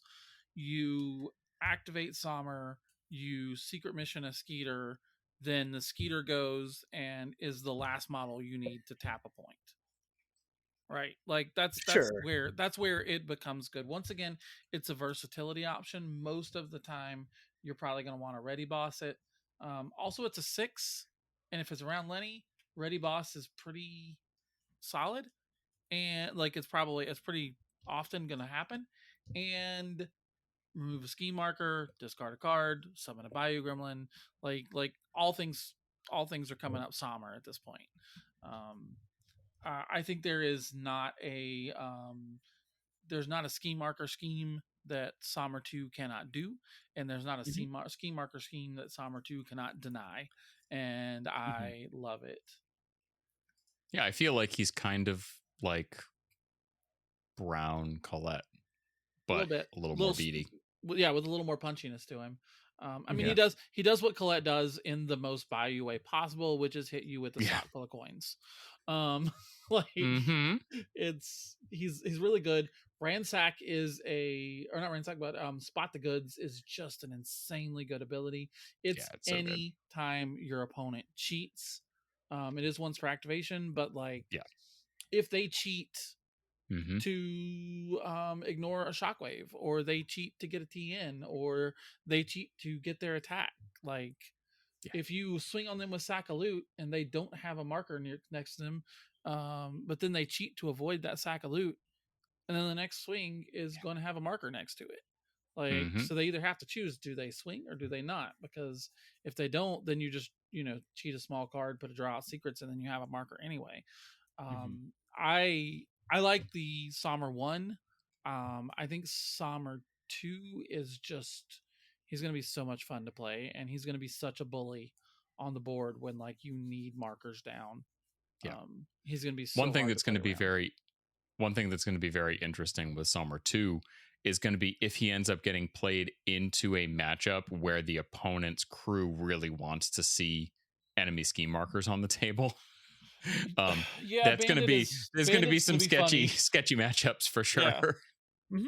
But hey, that's Malifaux. What are you going to do? The you don't have to drop the scheme marker. So the Bandit Big Hat matchup is going to be very, very interesting, I think. To say the least. You don't want to Spot the Goods on Mad Dog and then just give Mad Dog free fast. But then again, honestly, if you've got a good outcast player, they're going to make sure he has fast every turn anyway. So, if they don't have to spend AP to do it, right? Yeah, I gotcha. Were you going to say something, Jim? I was going to say, before we get into the weeds on Bandit, there was another model in the title box, and that's the White Rabbit Company. White Rabbit Company, which is what we're going to talk about next. That's right. The rabbits. So White Rabbit Company with the creepy tall gremlin, which makes me feel a little bit uneasy. Listen, fair warning, I didn't even put the human on the table. There's no reason a human should be in my big cat crew. Gone. That's funny. Out of there. So there were a few changes to this model, not very many. So quite frankly, we probably don't need to go through it line by line. One of the big ones is that it did get buy you 2 card. I think that everything else on the card is the same way that it's always been. Needle and thread is down stat 2. I think it was a stat. Oh, yeah. They swapped the stats on needle and thread and beckoning call, so it is better at the end pack. Because beckoning call is legitimately amazing. Yeah. And we now have a mask trigger on beckoning call that is different than it used to be. Okay.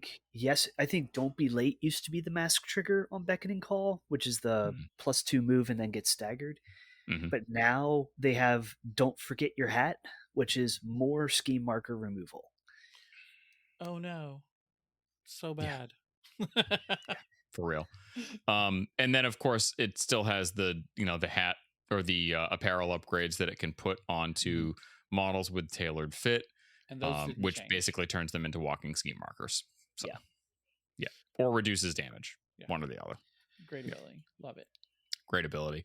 I didn't really have anything else to add on White Rabbit Company because I feel like they just kind of got brought in line with the rest of the keyword, and then some stats got shuffled around to make them better at what they're really supposed to be doing anyway. The hardest part of White Rabbit Company is finding points for White Rabbit Company. That's really what it is. Yeah, I agree. All right, cool. So moving on to the next box, we have Deliverance with the Spit Hog, which I conveniently have pulled up on my screen already. So Spit Hogs, as with most of the other models on the keyword, saw some significant changes. They are stat 5/5, only a 4 move, which is a little bit of a bummer on a 50 mil model. They do have buy you 2 cards, still have Disguised, Hoist the Hog, so friendly models can move through this model. They got a phenomenal front of card ability called Roadkill Cafe, which is a great name. I mean, let's be real. Great name. Friendly models treat corpse markers with an aura 8 as friendly scheme markers for the purposes of actions, abilities, and triggers. That's real good, especially against rezzers. They turn into Bayou Gremlins when they get killed. Their melee attack stayed pretty much the same. It can either do 2, 3, 4 damage or heal friendly models for 2, and they have Tear Off a Bite and built-in Feast of Vengeance. They still have Lore, which I think went up a stat to 6 from 5. They gained Ember to give out Burning, which kind of makes sense, I guess, but is still kind of weird because it doesn't really fit with anything else that the crew does. It's the Cook and Fire. It's a Cook and Fire, right. And then their bonus action changed significantly. Now it's just Foods Up, needs a 5 to go off. Pulse 2, models within range heal 1. That does not say friendly any models. Nope, and then on a mask, you can end 1 condition on 1 model within range. I know we're not talking about stuff that they don't do anymore. They do not give your other friendly models within range a bonus action to heal themselves. Yeah, correct. So, which is fine. Cool thing. Because quite frankly, that was pretty good. So cool thing. Foods Up only needs a 5. If you're within 8 of Lenny, which you probably will be, you cheat, you automatically get Palate Cleanser. Palate Cleanser, like Foods Up, does not say enemy model only or friendly model only. So you can remove focus, you can remove fast, you can remove those are really, really good things, especially because your opponent can't do shit about it. Karis dives you take off all of her burning. Yep. And then she just sits there and says, "Oh yeah, I'm in the middle of your crew." Yeah. Oops. And that's one of the very, very, very few condition removal abilities in the game that you don't have to target a model to do. There is no resist. It just happens. It's good. And it's almost free with them because of Lenny. Yeah. So I like that. I like that a lot. I could spend a lot of time talking about the difference between what they were and what they are now. But what they are now is a heal card. That's a heal card. What they are now is exactly that. Right. And corpse markers are going to be everywhere because you are killing your Bayou Gremlins. So I think this is a great ability. Being able to just make scheme markers, corpse markers into scheme markers, so you can eat scheme markers for free. Such good. It's just it's a lot of good value. That being said, I'm not sure how often you're hiring this model.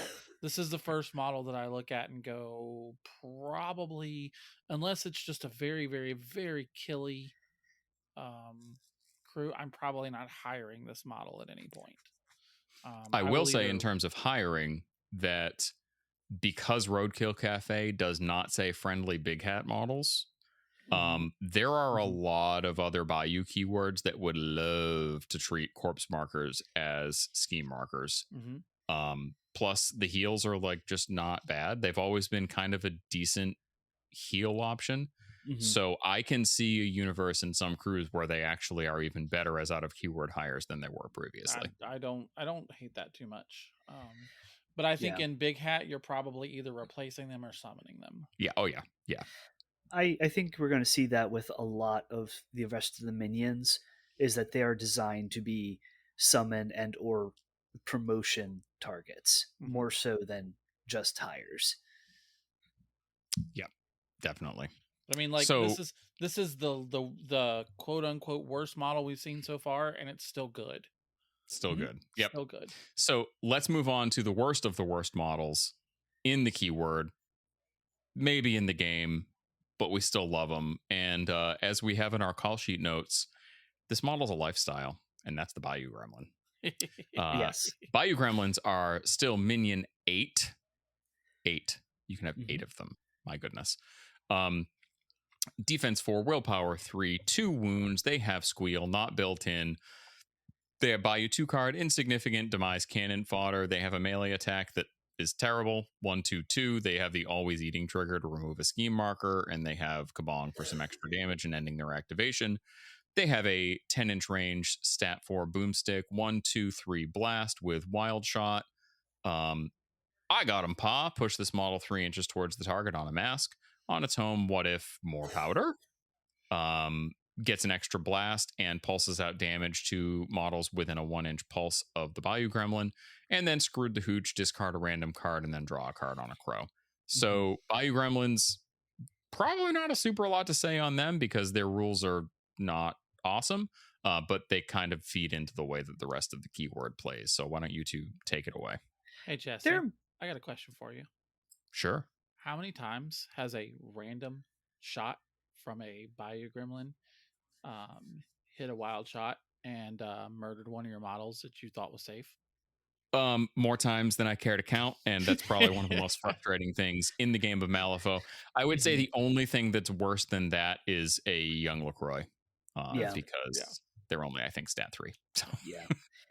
No, Bayou Gremlin, they're more like a keyword token that just happens to have wounds than they are an actual model.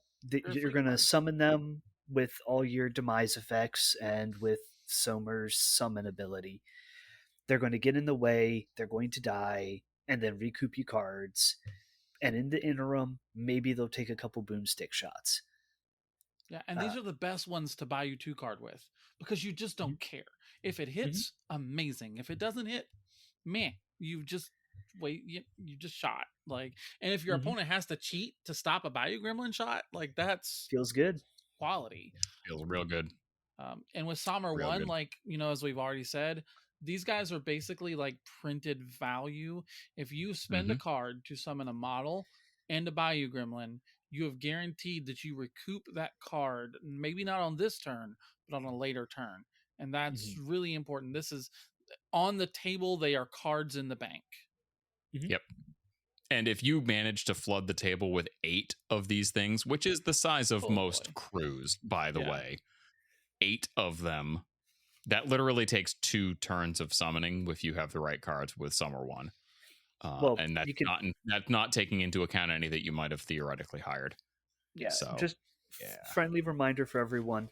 With Gang Up or with the promotion effect, you can only ever have 5 models added to the crew because of the limitations of on the summon upgrade. Right. Yeah. Well, but we have several models. If you hire 3 and then summon, yeah, we do.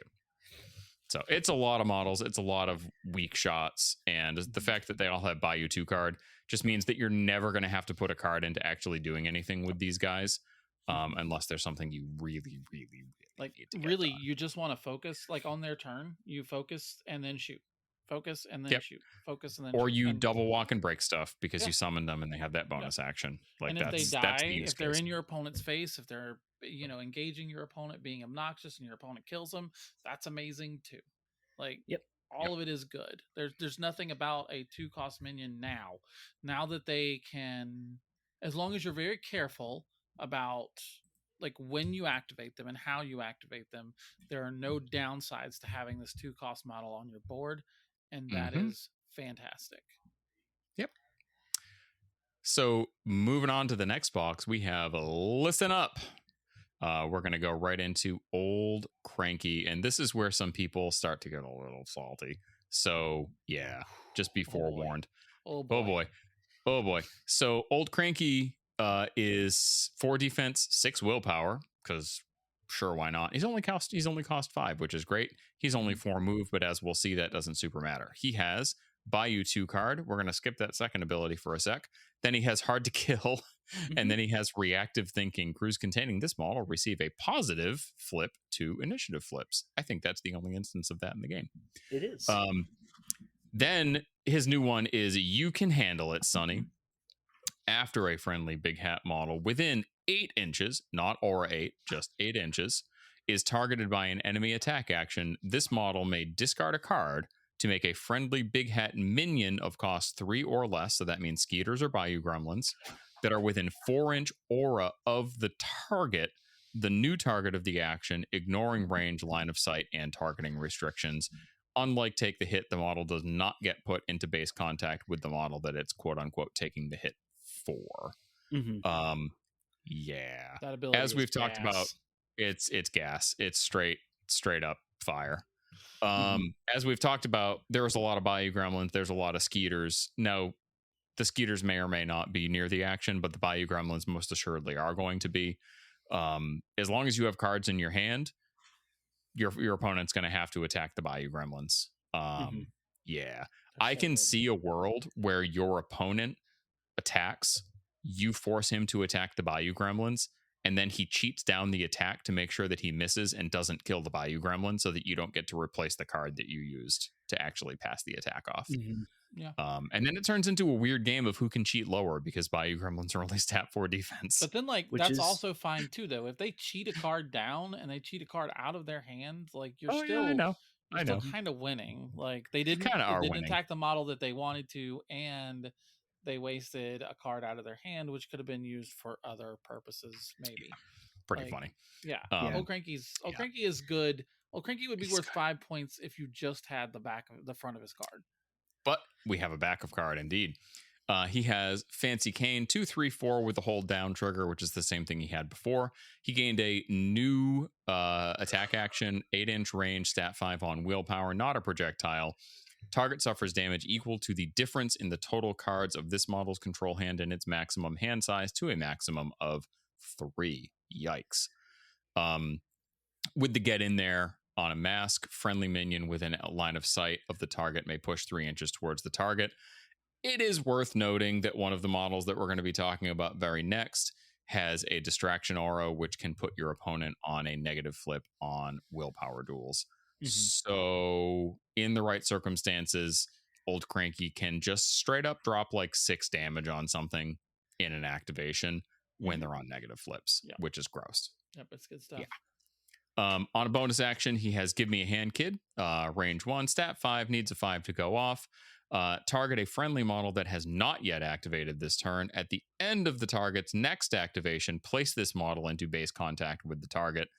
And obviously, since they haven't activated yet, they could still get things like Ride with Me's and Gremlin Raids, and you could end up with Old Cranky like 2/3 of the way across the table. Which all you have to do is put it on a Skeeter, and he's like 13 inches across the table. Pretty easy. Now, granted, you probably don't want Old Cranky way off on the flanks in most circumstances, but there are times that you just need to do it. It's the way it is. And then lastly, he has Frantic Search, which is arguably the worst bonus action in the game, and I'm not even going to do it justice of actually reading the rules. So, Old Cranky, I'm sure you two have some stuff to say. So, Bish. Go ahead, John. Best friends with Skeeters. Skeeters are the best way to give me a hand, kid him up the board. You basically start the game with your entire crew is defense 7, because no matter what they try and shoot, it's probably within 4 of a Skeeter, because you get 2 of them. Yeah, talk about a way to shut down Alpha Strike crews. Like, oh my god. Yeah. Boy. Thanks, Nekama. Hit a Skeeter. Like, have fun or with don't. that. Like, Oh, you stat killed 7 it. Oh, is great. a potential, like, stat 7 is a potential complete whiff. Yeah. Can you imagine how frustrating that would be? Yeah. Oh, No, boy. I can. I have been there on the receiving end. It is frustrating, but I will say that Cranky does have a victim stat line if he can be isolated, and so if you're playing Big Hat, yes, it does seem like you can handle it. Sonny's going to cover your entire crew in a web of protection, but you can only get so many models out at a given point in time. They can all only be in a certain part of the board, and if your opponent can dive in and get to Cranky and you kill your one Skeeter that's probably next to him, Cranky will die very quick, and then your entire crew becomes a lot more vulnerable. He's probably one of the most important linchpin hires in the crew. Yeah. Right. And you can't just keep handing off the damage infinitely. You can do it a lot, because, like, if you're killing a Bayou Gremlin or a Skeeter, you're getting a card back, so you can just keep kind of refilling that card that you're using to use the you can handle it. But, like, you don't have an infinite number of Bayou Gremlins and Skeeters. And if they die, like, if both of your Skeeters die, there's really not that many other ways to get them back aside from doing it with som'er. And you can only do that once per turn. So, yeah. Well, technically, som'er 2 could do it a couple times, once per activation, because he can summon them back with ransack. Right. But the point is the attrition, because you're using the Bayous for something. You're using your cheap minions for other effects too, right? Yeah. Like the next model we're going to talk about, the Gremlin Crier, has an effect that really likes to blow up your cheap minions. Mm-hmm. Definitely. I would say You Can Handle It, Sonny, is one of those, like, it is a great anti-alpha. It is a great anti-alpha situation. Like, it's going to stop it's going to stop the Iron Matron from coming in and ruining your day. You know, it's going to make them think about, like, how they shoot into things. Like, yeah, I think that it's really good at, like, taking out one of the crew's weaknesses, which is that it's got to get up the board to shoot things, and, you know, not be shot at by people that might have, you know, more guns at better range. So I like it a lot. Yeah. And I would say if there is anything that gets adjusted after, you know, before release, the only build I would have on this is that I do think that they should probably get placed in base-to-base contact, like take the hit, because that really neuters the effectiveness of things like blast markers, which are kind of like the thing that helps deal with take the hit. I don't know if that's necessary, but at first glance, I'm like, maybe they should do that. But anyway, Gremlin Crier, the other model in the box. Gremlin Crier is soon to be known as the best boys of Big Hat, in my opinion. Hot take, I think they're probably the best model in the keyword. Yeah, they do stuff. So 5s across the board for stats. Bayou 2 card, as mentioned before, they do have distraction. So enemy models with an aura 2 of this model suffer a negative flip on willpower duels. They are manipulative, they have bully, and they have demise. I'm done with this, so they turn into Bayou Gremlins. For attacks, they have sharp wit with a crow trigger called for Hear Ye, Hear Me. If the target is in base contact with this model, it gains distracted 1. Kind of a weird trigger, but whatever. And then they have defensive reflexes on a ram. They have an obey that does not have the suit built in unless they happen to be targeting a lower cost model, or they Bayou 2 card it, which they probably wouldn't, because that an 8 is kind of a risky Bayou 2 card. It has a delay trigger on a crow, and then with the built-in threatened beatings, the target may ignore it. I'm sorry, not built-in.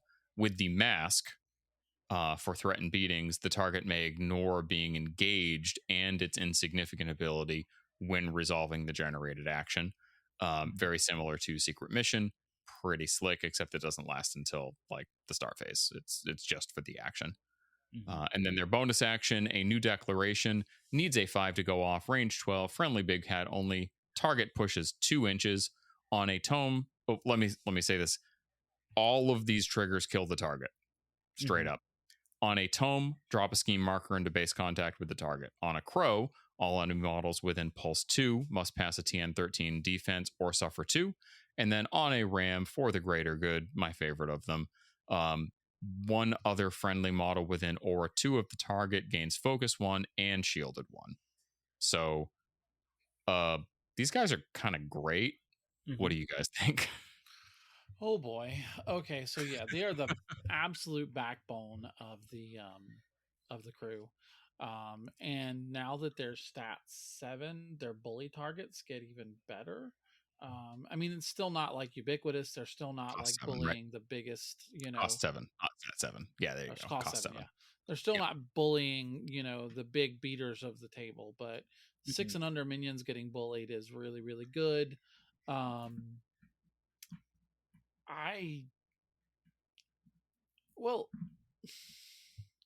can't imagine a universe that you don't hire one of these. No, I think they're an absolute, maybe because som'er can immediately like grow one up. Like som'er 2 can grow one up. You might not hire one right off the bat because you can just grow a model into it. But God, they're so good, and you don't have to declare like unless you buy 2 cards, you don't have to declare the trigger. So just having a bonus that just pushes models 2 inches is pretty good. But all of the bonuses, if you do it to a Bayou Gremlin that just like passes out focus or heals for or does explosive damage, it's really good. And I was also thinking about how stupid it is that you could bring Sammy LaCroix into a big hat crew, summon a Gremlin Crier into base contact with a model, and then have Sammy go Jinx with Glimpse of Void, and now you're on a negative to your Glimpse of Void duel, and enjoy being buried for the turn. All right, you're not allowed to talk about that anymore.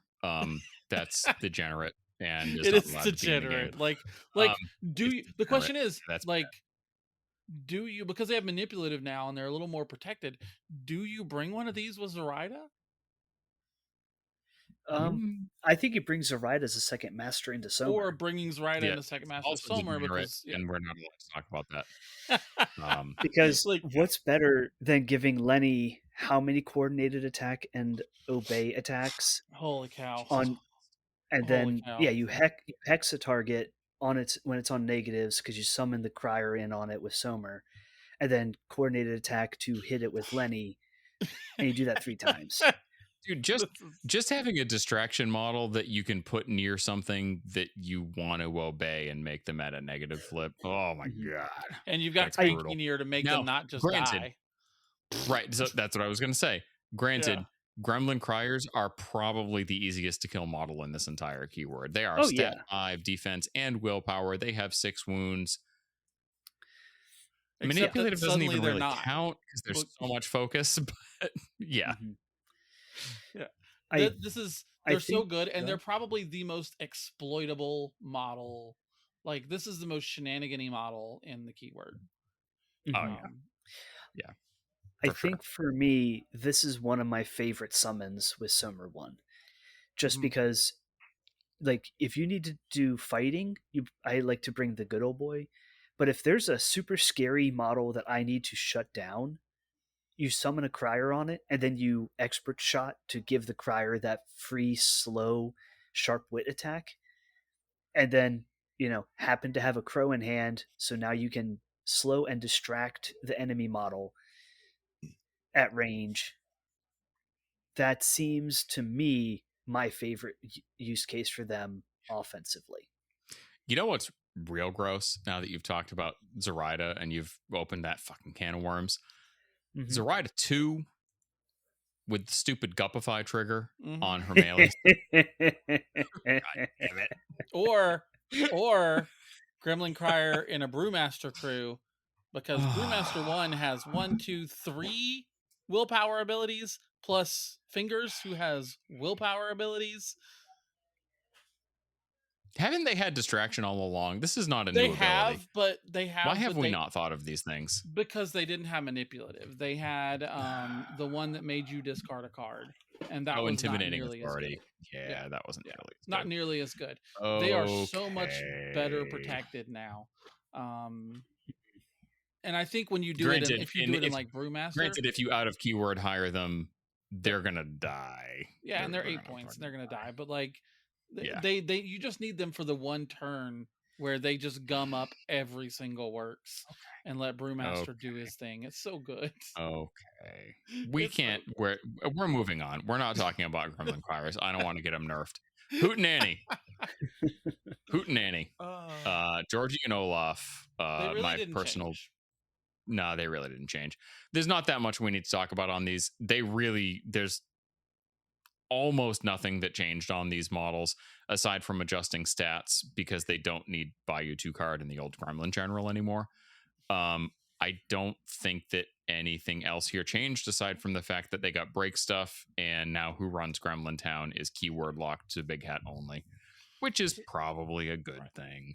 The only thing I'd like to point out is that break stuff has focused attention.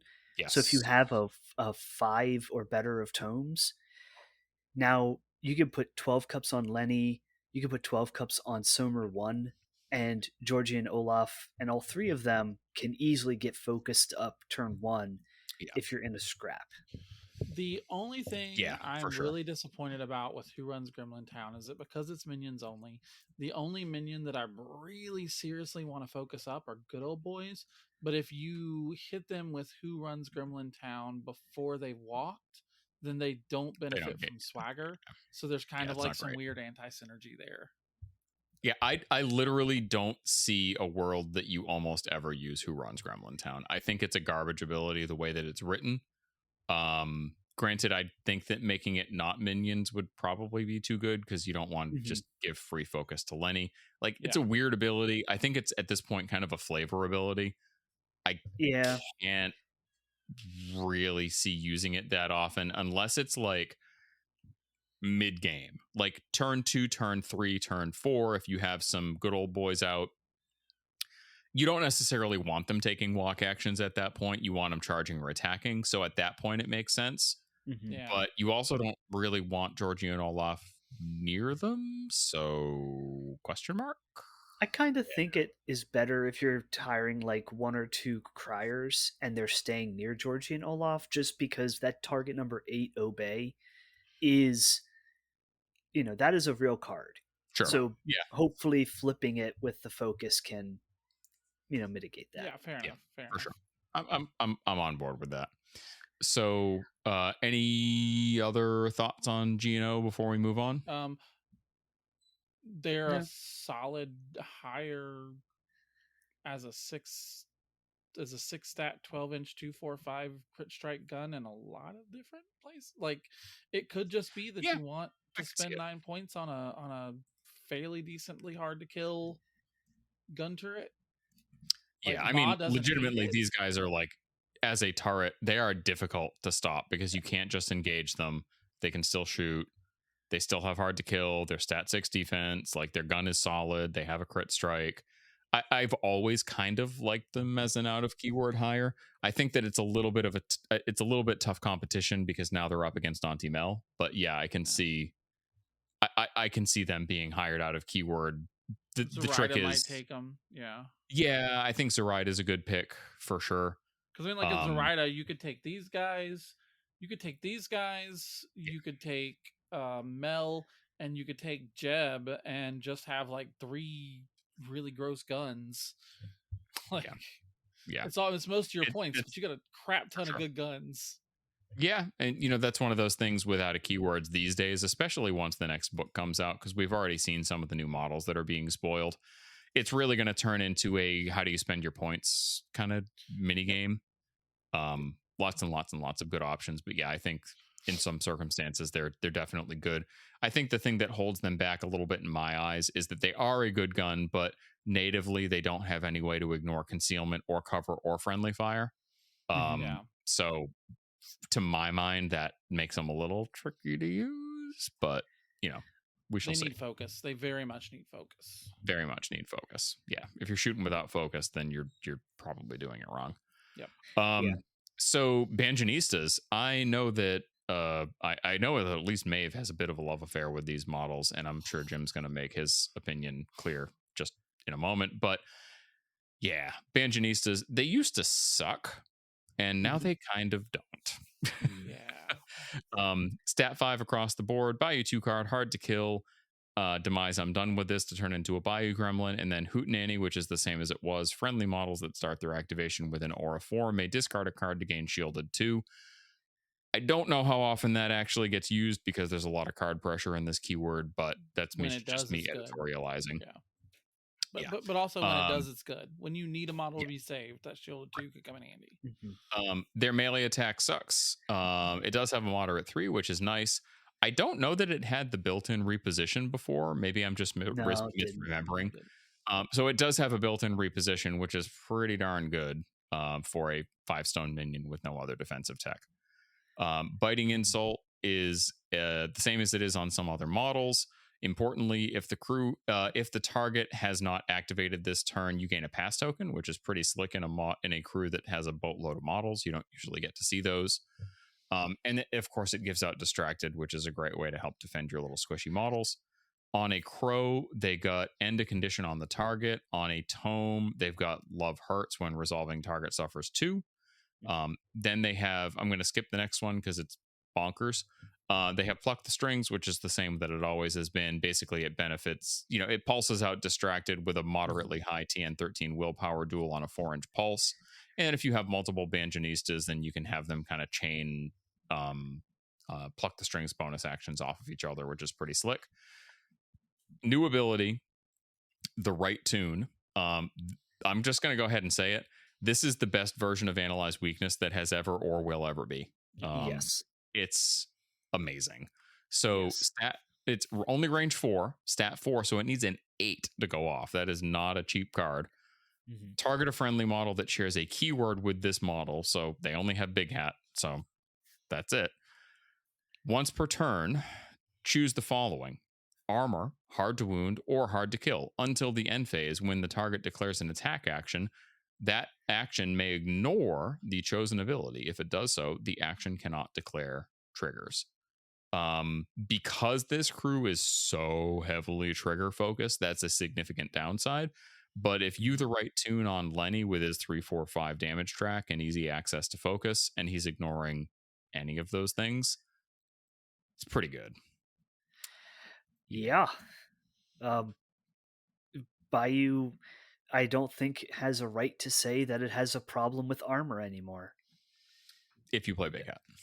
Well, there are enough keywords in the faction that have answers to armor, but the right tune plus Jeb, Georgie, or Lenny, or heck, som'er, you really can just completely counter some of the historically worst matchups for Bayou. Yeah, for sure. I mean, just taking Georgie and Olaf or Jeb and making them ignore armor and then shooting with focus twice. Pretty good. Good stuff. It's good stuff. Pretty good. I think it's a great ability. I think it's going to make them target number 1. Yeah. I would have a very hard time not hiring one of these almost all the time. Well, I think you hire them. I think and it's going to come down to points. I think there's a lot. It's going to be hard to fit. There's a lot of good stuff. They're really good summon. I think they're part of the great toolbox, right? Because som'er 1, if you need them, som'er 1 can just, or som'er 2 can just hire a Bayou Gremlin and make one into a banjo. If you don't need it, you turn it into something else, and that's fine. Som'er 2 can summon one, and they're cheap enough that he can summon 2 if he wanted to. And you can absolutely stack it. The right tune can be stacked once for armor, once for hard to wound, once for hard to kill, if you have 3 Banjanistas, and that's pretty darn cool. I think they're a great utility piece. Like they're a really cool toolbox piece, and that's the epitome of what Big Hat is now. It is a toolbox keyword. I guess I need to go assemble my other two Banjonistas. Yeah, I think at least one more. At least one more. Two is. And one thing I do want to get in there before we move on is hard to kill on a 5-stone model. Yep. Yeah. Hard to kill is one of the best defensive abilities that a cheap model can have because it's another way to negate the oops it just dies problem. Hard to kill on both 5-point models in the crate. Yeah, I'm just gonna lobby for this. Weird, if you could strongly consider putting either something like Arcane Shield or Hard to Wound or Hard to Kill or some facsimile thereof on basically every model that's 5 stones and like 5 wounds or less, I'd appreciate it because I feel like that would add a lot more variety to the game. Anyway. All right. So that gets us through all of the existing models. We do have 2 more quick ones that we can talk about though, because they just got teased in a news article from a couple of weeks ago. Those would be Jebediah and the Habberdashers. So Jebediah has been talked about in a couple places, but never on this podcast. So we're going to go ahead and go into some detail here. Jebediah is a Bayou model that has a gigantic 10-gallon hat with a Gatling gun on it, and he's riding a mechanized pig that winds up with its tail. Yeah. Yep. It's kind of amazing. So Jebediah is an enforcer. It is Big Hat and Trixie. Spoiler alert, our next podcast release is going to be a 4-hour-long Trixie deep dive that I did with Sam from the Danger Planet. So buckle up, motherfuckers. That's a long listen. Come to find out, when we don't have somebody to moderate an episode with us and it's just he and I, and we're both verbose as fuck and play a lot of Ma, we tend to go a little long. So yeah. Well, Sam's been cooped in the house with a baby for a long time, so he's got a lot to get out. Sam's got a lot to get out. We both have a lot to say. Anyway, I should have had you on to keep us in line. Jesus Christ. Anyway, so Jebediah is a 5 defense, 4 willpower, only 4 willpower, kind of important. Move 5, size 2, armor 2. Hey, it's an armored model in Bayou. How about that? Bayou 2 card, Demise. I'm done with this to turn into a Bayou Gremlin. Pit traps. What? Can drop a pit trap at deployment, just like a Bushwhacker and Ma Tucket herself, and is immune to pit traps. Has Scamper because Trixie. 7 wounds. 8 cost. Has Trampling Hooves, which is common. Most importantly, range 0, only stat 5, gives out some injured. You can place this model in base contact with the target when you hit, and it has Clever Ruse, which is one of my favorite triggers in the entire game, to push this model, the target, 3 inches towards a pit trap in line of sight. It has a Gatling gun, 246. Holy smokes, it's a Gatling gun with ricochet. And then it has some pretty unique, ability called Scoot and Boot. Range 6 needs a 6 to go. Yeah, I love it too. Range 6 needs a 6 to go off. Once per turn, target a marker, push this model into base contact with the target, then push the target up to 3 inches in any direction. And with a ram which is not built in, the perfect disguise. Summon a Habberdasher with slow into base contact with the target, ignoring hazardous terrain, then remove the target. And then, of course, it has a ride with me because evidently it's a rider. Maybe this is our Bayou rider. I don't even know. I'd probably hire this more than Gracie at this point, so I'm going to call this our honorary Bayou rider. It's a typical ride with me. It needs a 6 to go off. It does have a crow trigger for Hidden Trap. Create a 50 mil destructible hazardous terrain. Severe pit trap marker anywhere within 2-inch pulse of this model. So there's a lot of stuff on this card. I have put a lot of thought into this card, and I've decided that in Trixie, I am not super on board with hiring this thing all the time because I'm probably wrong and bad at Malifaux. But in a crew like som'er's, which has ready access to lots of focus all throughout the game, I think that changes the math a bit. Very important point that he is only size 2, so he can only ride with me size 1 models unless you put ghillie suit on him, which I do think makes him basically a 10 stone model all the time. Like a rider. Like a rider. Imagine that. Aren't they 11? They're 11, right? Yes, which But out of close keyword enough. cost. Out of keyword. Yes. Jebediah out of keyword is literally the Bayou Rider. There we go. So, yeah. What do y'all think about Jeb? He's so good. He's Please clap. yeah. So Am I wrong for saying that I don't think I need to take him in Trixie? Am I just literally bad at Malifaux? You're not bad at Malifaux, but I would reconsider. I don't. I mean, I don't like. I'm looking at him, and you know how we talked about how like maybe you'd bring Georgie and Olaf out of keyword, whatever. Yeah. I can see worlds where Jebediah just shows up literally everywhere. Like he's just he brings hidden trap. But I have brings trap markers. take summon scheme. Summons him or walking Bryn. scheme markers. Yeah, how can I take him instead of Bryn? Like, I need Bryn. He's my crutch. Like, I get it, but oh my gosh, this guy anyway, is just yeah. This guy is just crazy good. Like, yeah, I love him. Like, first of all, he has a Gatling gun as a hat. Yeah, like I don't know how his neck feels with the recoil because he's got kind of a spindly little neck there. Yeah, like, man, oh man, I don't know.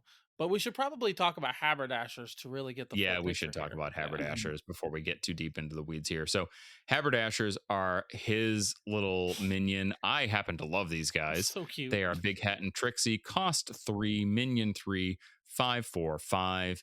Buy you 2 card, Demise Cannon Fodder. They were the first model that we saw with Demise Cannon Fodder, incidentally, because we hadn't seen any of the other Big Hat stuff. They have Disguised, which is great. They are 3 wounds. And they have mobile headwear. Other friendly Big Hat and Trixie models may treat this model as a scheme marker for the purposes of action abilities and triggers. If this model would be removed by a friendly model, this model is killed. If this marker would be removed, this model is killed. Fashion Sense, spelled incorrectly, which is hilarious and very Bayou. Stat 3 on willpower, 1/2/2 damage. It's a 1-inch melee attack with a slander trigger to give the target distracted 1. And then potentially +1 damage if it's within 2 of a scheme marker.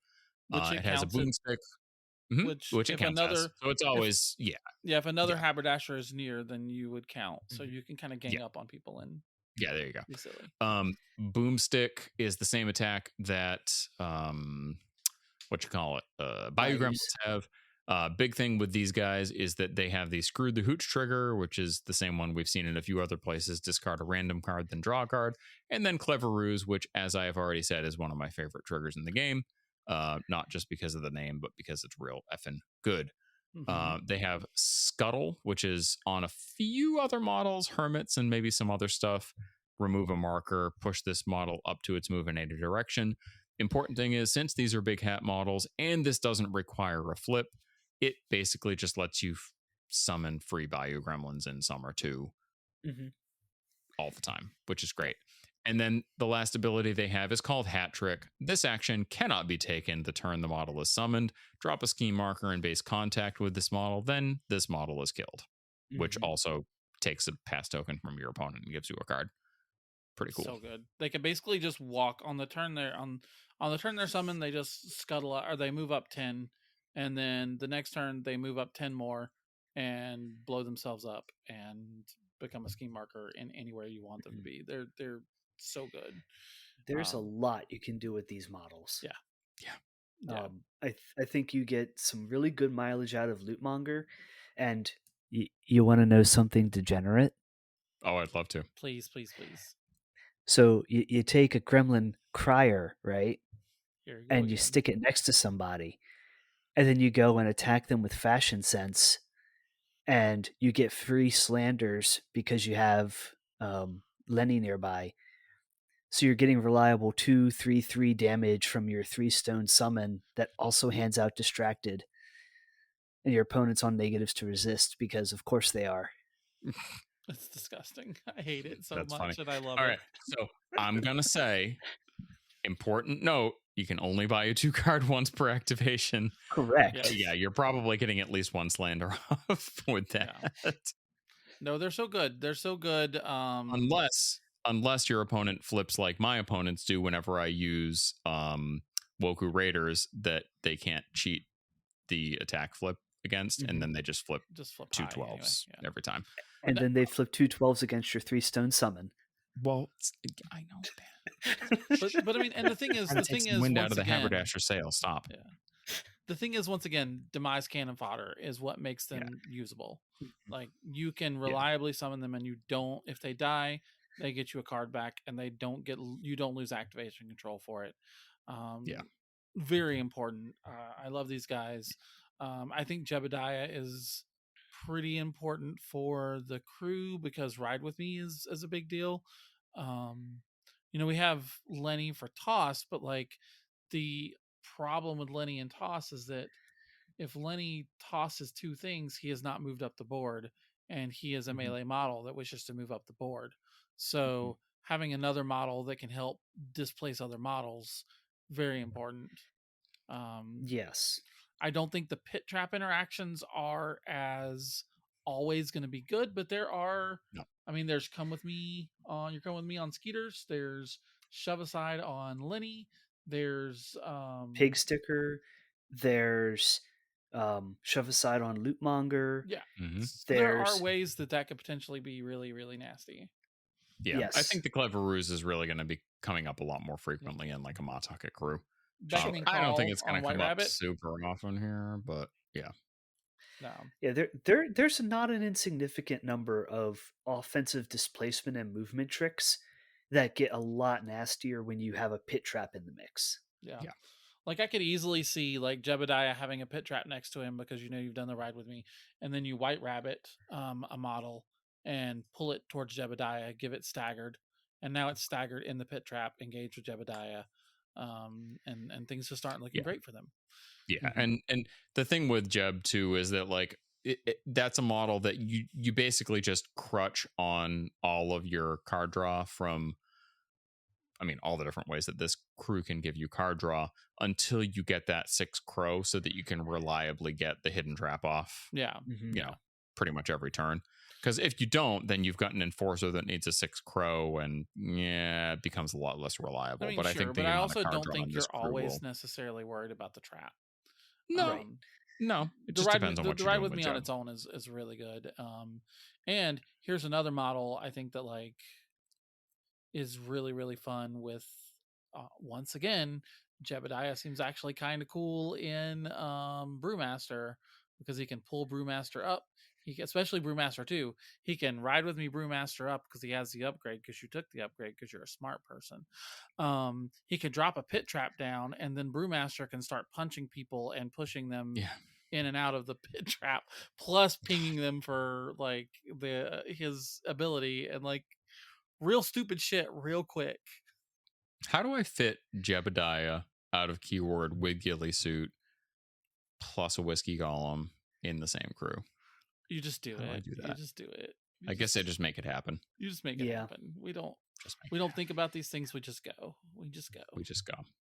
We love it. Well, there we go. We got through all of the keyword models, so there's not much else to talk about at this point. But first glance, where would you say Big Hat fits within the faction? Jim, what do you think?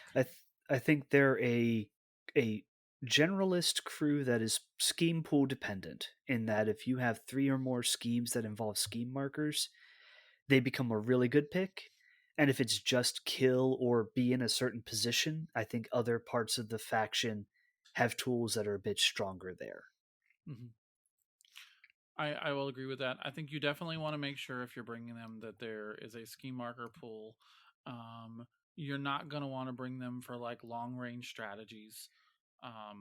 But they're going to be really good at swarming a point and sort of like getting to a point, holding a line, and swarming out scheme markers and swarming out models. I think that they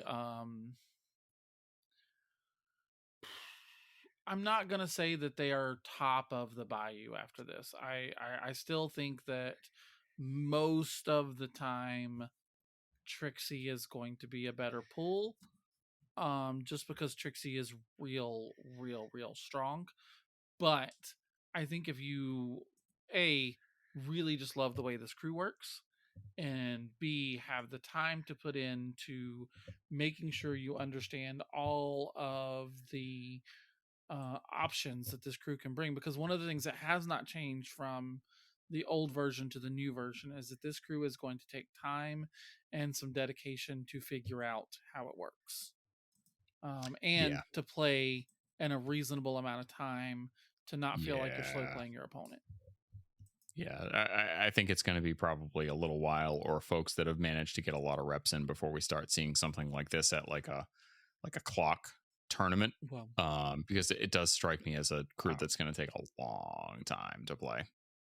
Well, you better believe these guys are coming to Captaincon with me, and despite the fact that I know that they have some pretty... Did they shake you out of your Neverborn rut? Holy smokes! I think I can't. If Weird has given me this present, and I don't play this keyword, then I am an ungrateful person. So I will be playing these guys. I do love these dudes. I think that they're fantastic. I think that they do have some very serious drawbacks that you need to consider. Specifically looking at, like, what's the board state look like? What's your opponent look like? But I think they're good. And I think in general, to me, Bayou is in a good state. I think Bayou's in a great spot. Don't ever think Bayou is like the thing your opponents are ever scared. Like, no one ever kind of looks at it and goes, "Oh my god, I got to play again." But like, they're no Damien, they're not like Teary, whatever, but they're or always like Rezzers solid at all. Like, hey, Rezzers. I don't know how long has it been since Rezzers has actually been like relevant in the US meta? I really don't think they have. I don't know, but they're apparently relevant in the Jesse Ellis meta, because I don't know how to fucking play against them. Look, just because people aren't necessarily playing them or talking about them doesn't change the fact that they're cracked.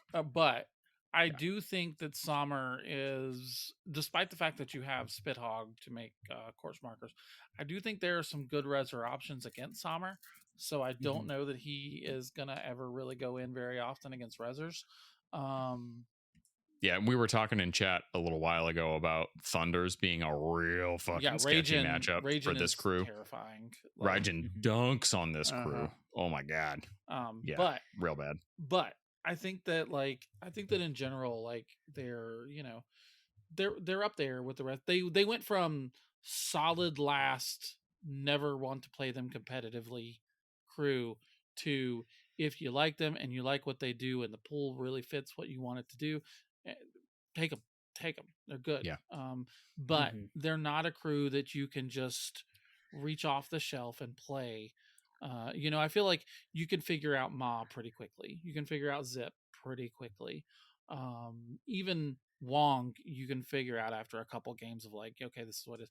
I think Big Hat is going to take you a while to connect all the moving parts, and that's fine. I think every faction should have a crew that rewards more play. Yeah. And I this agree. is it. And they're back up to being my favorite crew again. I love them. I love how they've come out. I no notes really. Like, are there some things that are like potentially, like, are there some things that potentially could be problem? Like, we'll see if Old Cranky is an issue. We'll see if messing with past tokens is an issue, but I don't think it will be in the long run. You know what I would love to see is I would love to see a game on stream of Zip versus som'er, because boy, oh boy, do I feel like that would be a dynamic one. It'd be wild. That would be wild. If anybody wants to do that, hit me up. I am down. Maybe that'll be our next stream game. Is hey, I'm all for it. Zip versus and I definitely think sometime soon, Jesse, we should do a stream game just to kind of showcase it a little bit. I think that'd be fun. I wholeheartedly agree. I I real real quick want to talk about like what are our thoughts on out of keyword options, because now we actually feel like you have a case for taking some out of keyword options in this crew. Yeah. I think we've already talked about Bryn. We talked about Bryn. I think he's like a Bryn is solid insane. choice. Giving you an extra card Super for all the discards, giving you the ability to stack your deck with all the Bayou 2 cards. So good. We're back to the we're back to the era of potentially flipping the red Joker 3 times in the turn, and that makes me so happy. Yeah. Plus, he's got the sober up, so he can hand out yet more focus. He's got what do you call it? The bonus action just to like hand out free bonuses with all the loosey goosey amount of scheme markers you have floating around. And turning off triggers. Great. He does all the stuff that Bryn does, and he has protected Bayou. And you know how many Bayou gremlins you're going to have in this crew? Yeah. A between lot. that and Cranky's ability, you're literally never going to be able to touch a model, and it's so good. No. And puppet strings, like they're all really good options for puppet strings too. I think that he is probably going to be like my number one out of keyword pick. I would have a very hard time not taking him into this crew. Yeah. I mean, space is always an issue. Yep. But you can only take so many 8-stone, 9-stone, 10-stone models. But I would probably have to find a way to make it work. I think Bo Peep is also still a potential. Like, obviously, that's like, okay. I mean, she's been pretty ubiquitous since she showed up. But extra healing, extra unpack ability, real good. Yeah, I think the incidental healing will be big for this crew because realistically, like, they're not the most durable. Yeah. No. Yeah. And you got a lot of wild shot triggers to get that healing spread going. Yeah. Yeah. I mean, if you get one wild shot trigger and you heal too, right? Yep. It's good. Pretty much. That's solid. I mean, like, once again, we're just going on greatest hits, but Uncle Bog is also really good, especially with som'er too, because he rebuilds your hand, which is important, and he takes a shitty hand and turns it into a fantastic hand. And he can make scheme markers real good. Yeah. Like, we already talked about Zoraida, which is degenerate, and we're not allowed to talk about that anymore. Hey, you want to hear about some more degeneracy? I would love to. So you got that crier going, right? Yeah. So previous turn you summoned 3 or 4 Bayou Gremlins, and they all died next to the enemy model and dropped their corpses within a reasonable space of him. And so you bring in your gluttony and you use maddening drums on the model that's on negatives to resist, and then just casually do 8 damage because you make them trip on Bayou Gremlins. Yes, Bayou Gremlin corpses everywhere. Love it. I love it. I think Gluttony is a solid. I think Gluttony is a solid pick too. Because one of the problems with Gluttony is always lining up, like being able to line up all the markers and the range and the. But you will have a literal field of corpses because of Bayou Gremlins. Yeah. If you're playing som'er, get yourself a bunch of corpse markers. You're gonna need them. And one of the things that always holds Gluttony back is the fact that like he has to walk to get close enough. But you've got Toss and you've got Gremlin Raid and you've got Ride With Me, and shouldn't really be a problem. I love the idea of Lenny just like reaching and grabbing Gluttony and just like flinging him drums and all the board. Like, drums and all. I'm tired of hearing these drums. Get out of here. And for those who maybe aren't familiar with it because they didn't see Lootmonger pre this change, if you take a Bayou Smuggler, who's a versatile minion, they have this ability called Drag Behind. And all of your models that are treated as scheme markers, like the Habberdashers or anyone wearing a hat, Lenny can toss that smuggler, and that smuggler can grab that model treated as a marker and carry it with them. I don't... Like Lenny himself. Like Lenny himself. So you give him a hat, and then he teleports himself up the board. Yes. Because Drag Behind. Yes, because Drag Behind does say before this model moves. I thought it was before they walked. That's so good. Never mind. Oh my gosh. No. Yeah, beautiful. So that gets you 2 models up the board. Love it. And you're never going to be lacking for scheme markers to appraise. So or just plain old corpses, which you can also appraise. Yeah. Yeah, for sure. This is a good model. I like it. So Love it. you finally got a lot of good you finally got a lot of good out of keyword models that you can bring because you're not fully locked into your Bayou Bash. This is the space that when they were wanting to redo this keyword, I think that they were really looking at like, how do we make this crew feel more versatile, more flexible? And there you go. That's perfect for it. So out of keyword picks are great. You've got good, strong in queue. Like you never have to bring any of these other models, and you can still play a good game. I think you bring Bryn. I think you bring Bryn. There's many good imagine that taking an out of keyword model in a big hat crew. It's a novel concept. It is a novel concept. Right. I mean, I did it with Bryn a long time ago, and I kept getting told it was bad. And like some games it was. Some games it's just hard to fit that, that many points of models in. But like Bryn, like when you play with the top of your deck and when you're getting 1 billion shots a turn, being able to kind of stack your deck is real good. Real good. So I would say parting thoughts, unless you two had anything else that you'd like to add. Quick pick one keyword in the whole game that you would love to see get the big hat treatment. Jim, why don't you go ahead? Bandit. Really? Yes. Okay. So tell us briefly why that would be. It doesn't need a major overhaul. I feel that some of the minions, like Banditos and Woku Raiders, just need a little something. You watch your mouth about the Woku Raiders because I crutch on that shit in Misaki. I'm aware. But for Bandit, they're not as they don't have as much use case in Bandit as they do in Last Blossom. You also have issues with the convict gunslingers for their cost. Now, all they really need is a little touch up on the minions and a rework on how drop it works. That's it. You just need drop it to allow when a marker is dropped, it has to be as close to the model declaring the trigger.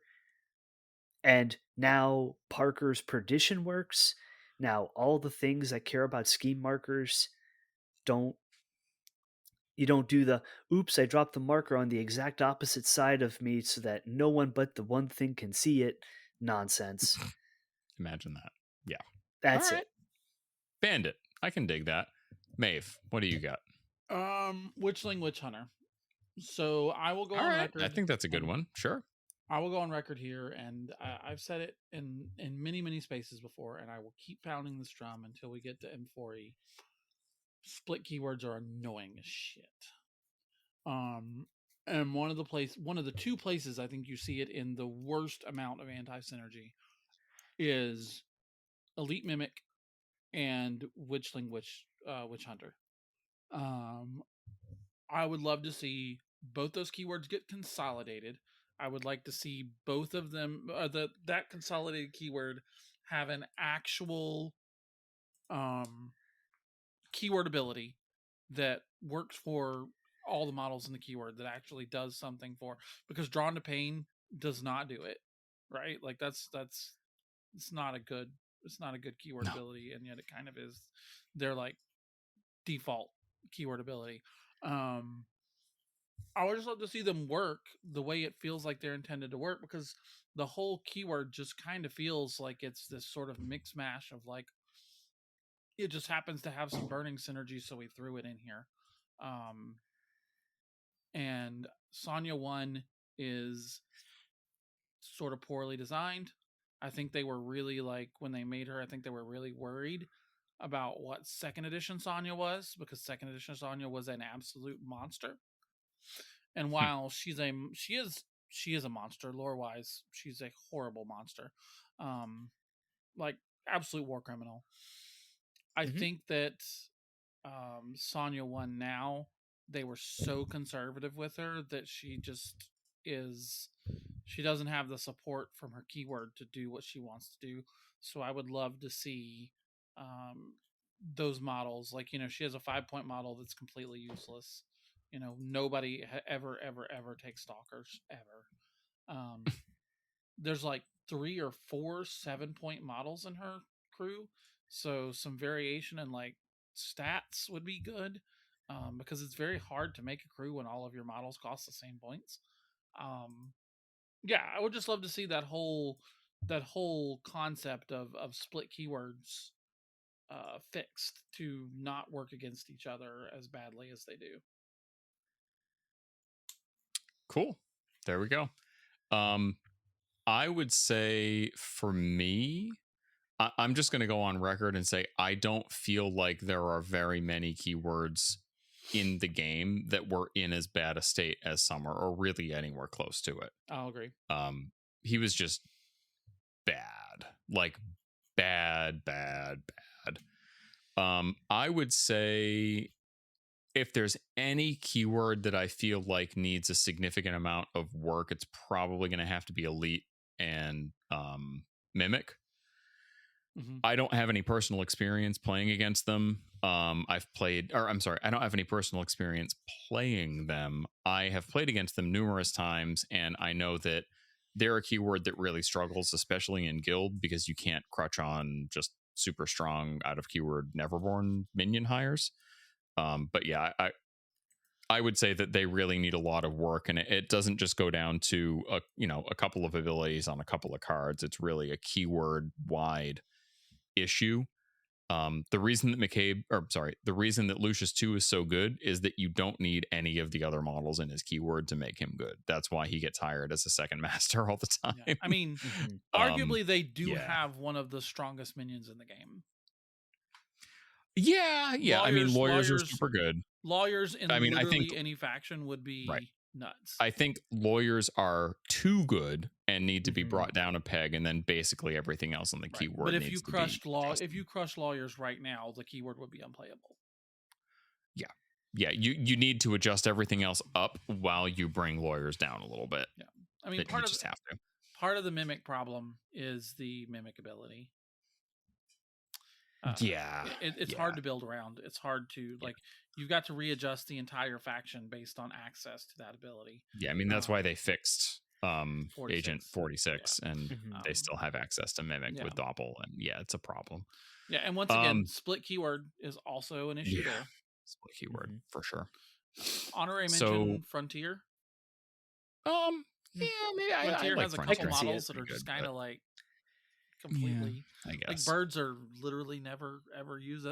Birds are more important as an upgrade than they are as a model, and that's rough. Yeah, that's rough. All right, cool. So I think that pretty well wraps it up. Did either of you two have anything else to add, or can we call it here at just about the 2.5 hour mark? How about that? Yeah, just another shout out to Weird once again for listening to I won't specifically say that they were listening to me, but I know that when Matt was working, I literally bugged him every time I saw him about it. So I feel like next week is my birthday, and this was clearly a birthday present for me. So thank you, Weird. It's the most, Anyway, I appreciate what they did. I appreciate the effort going into saying, okay, we really messed this up. How do we fix it? And being able to go in and completely rework.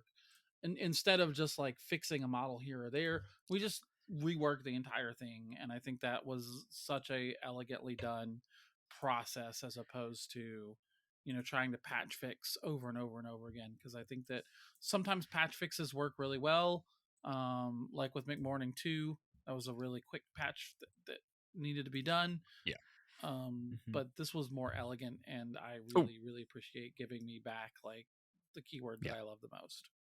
And I would say, speaking of McMorning, honorable mention. I do feel like experimental needs a significant amount of work. The problem is that McMorning 2 is still super strong. So if you buff experimental stuff, it could theoretically cause problems with him. So they'd have to adjust him at the same time. Also, you can make gassers try chi.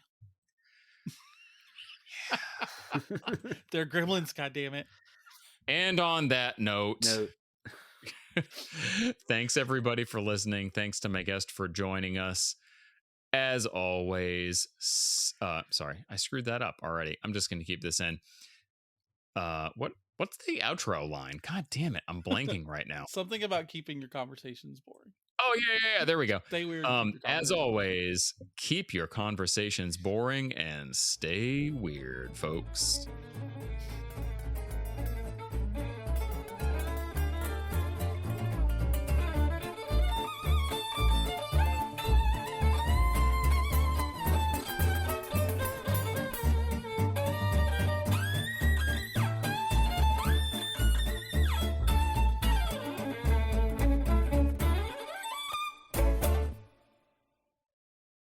Hey, everybody. I'm Jesse. I'm Maeve. And Sorry. Let's redo that. Sorry. I spaced. Holy cow. Went off into the space. See, this is great. I love this intro because it gets goofed up almost every time. And then it just gives me so outtakes, good at which not is great. goofing it up, and I just did. So let's start it's all over. right. I just jam in the outtakes afterwards. It's all good. All right, here we go.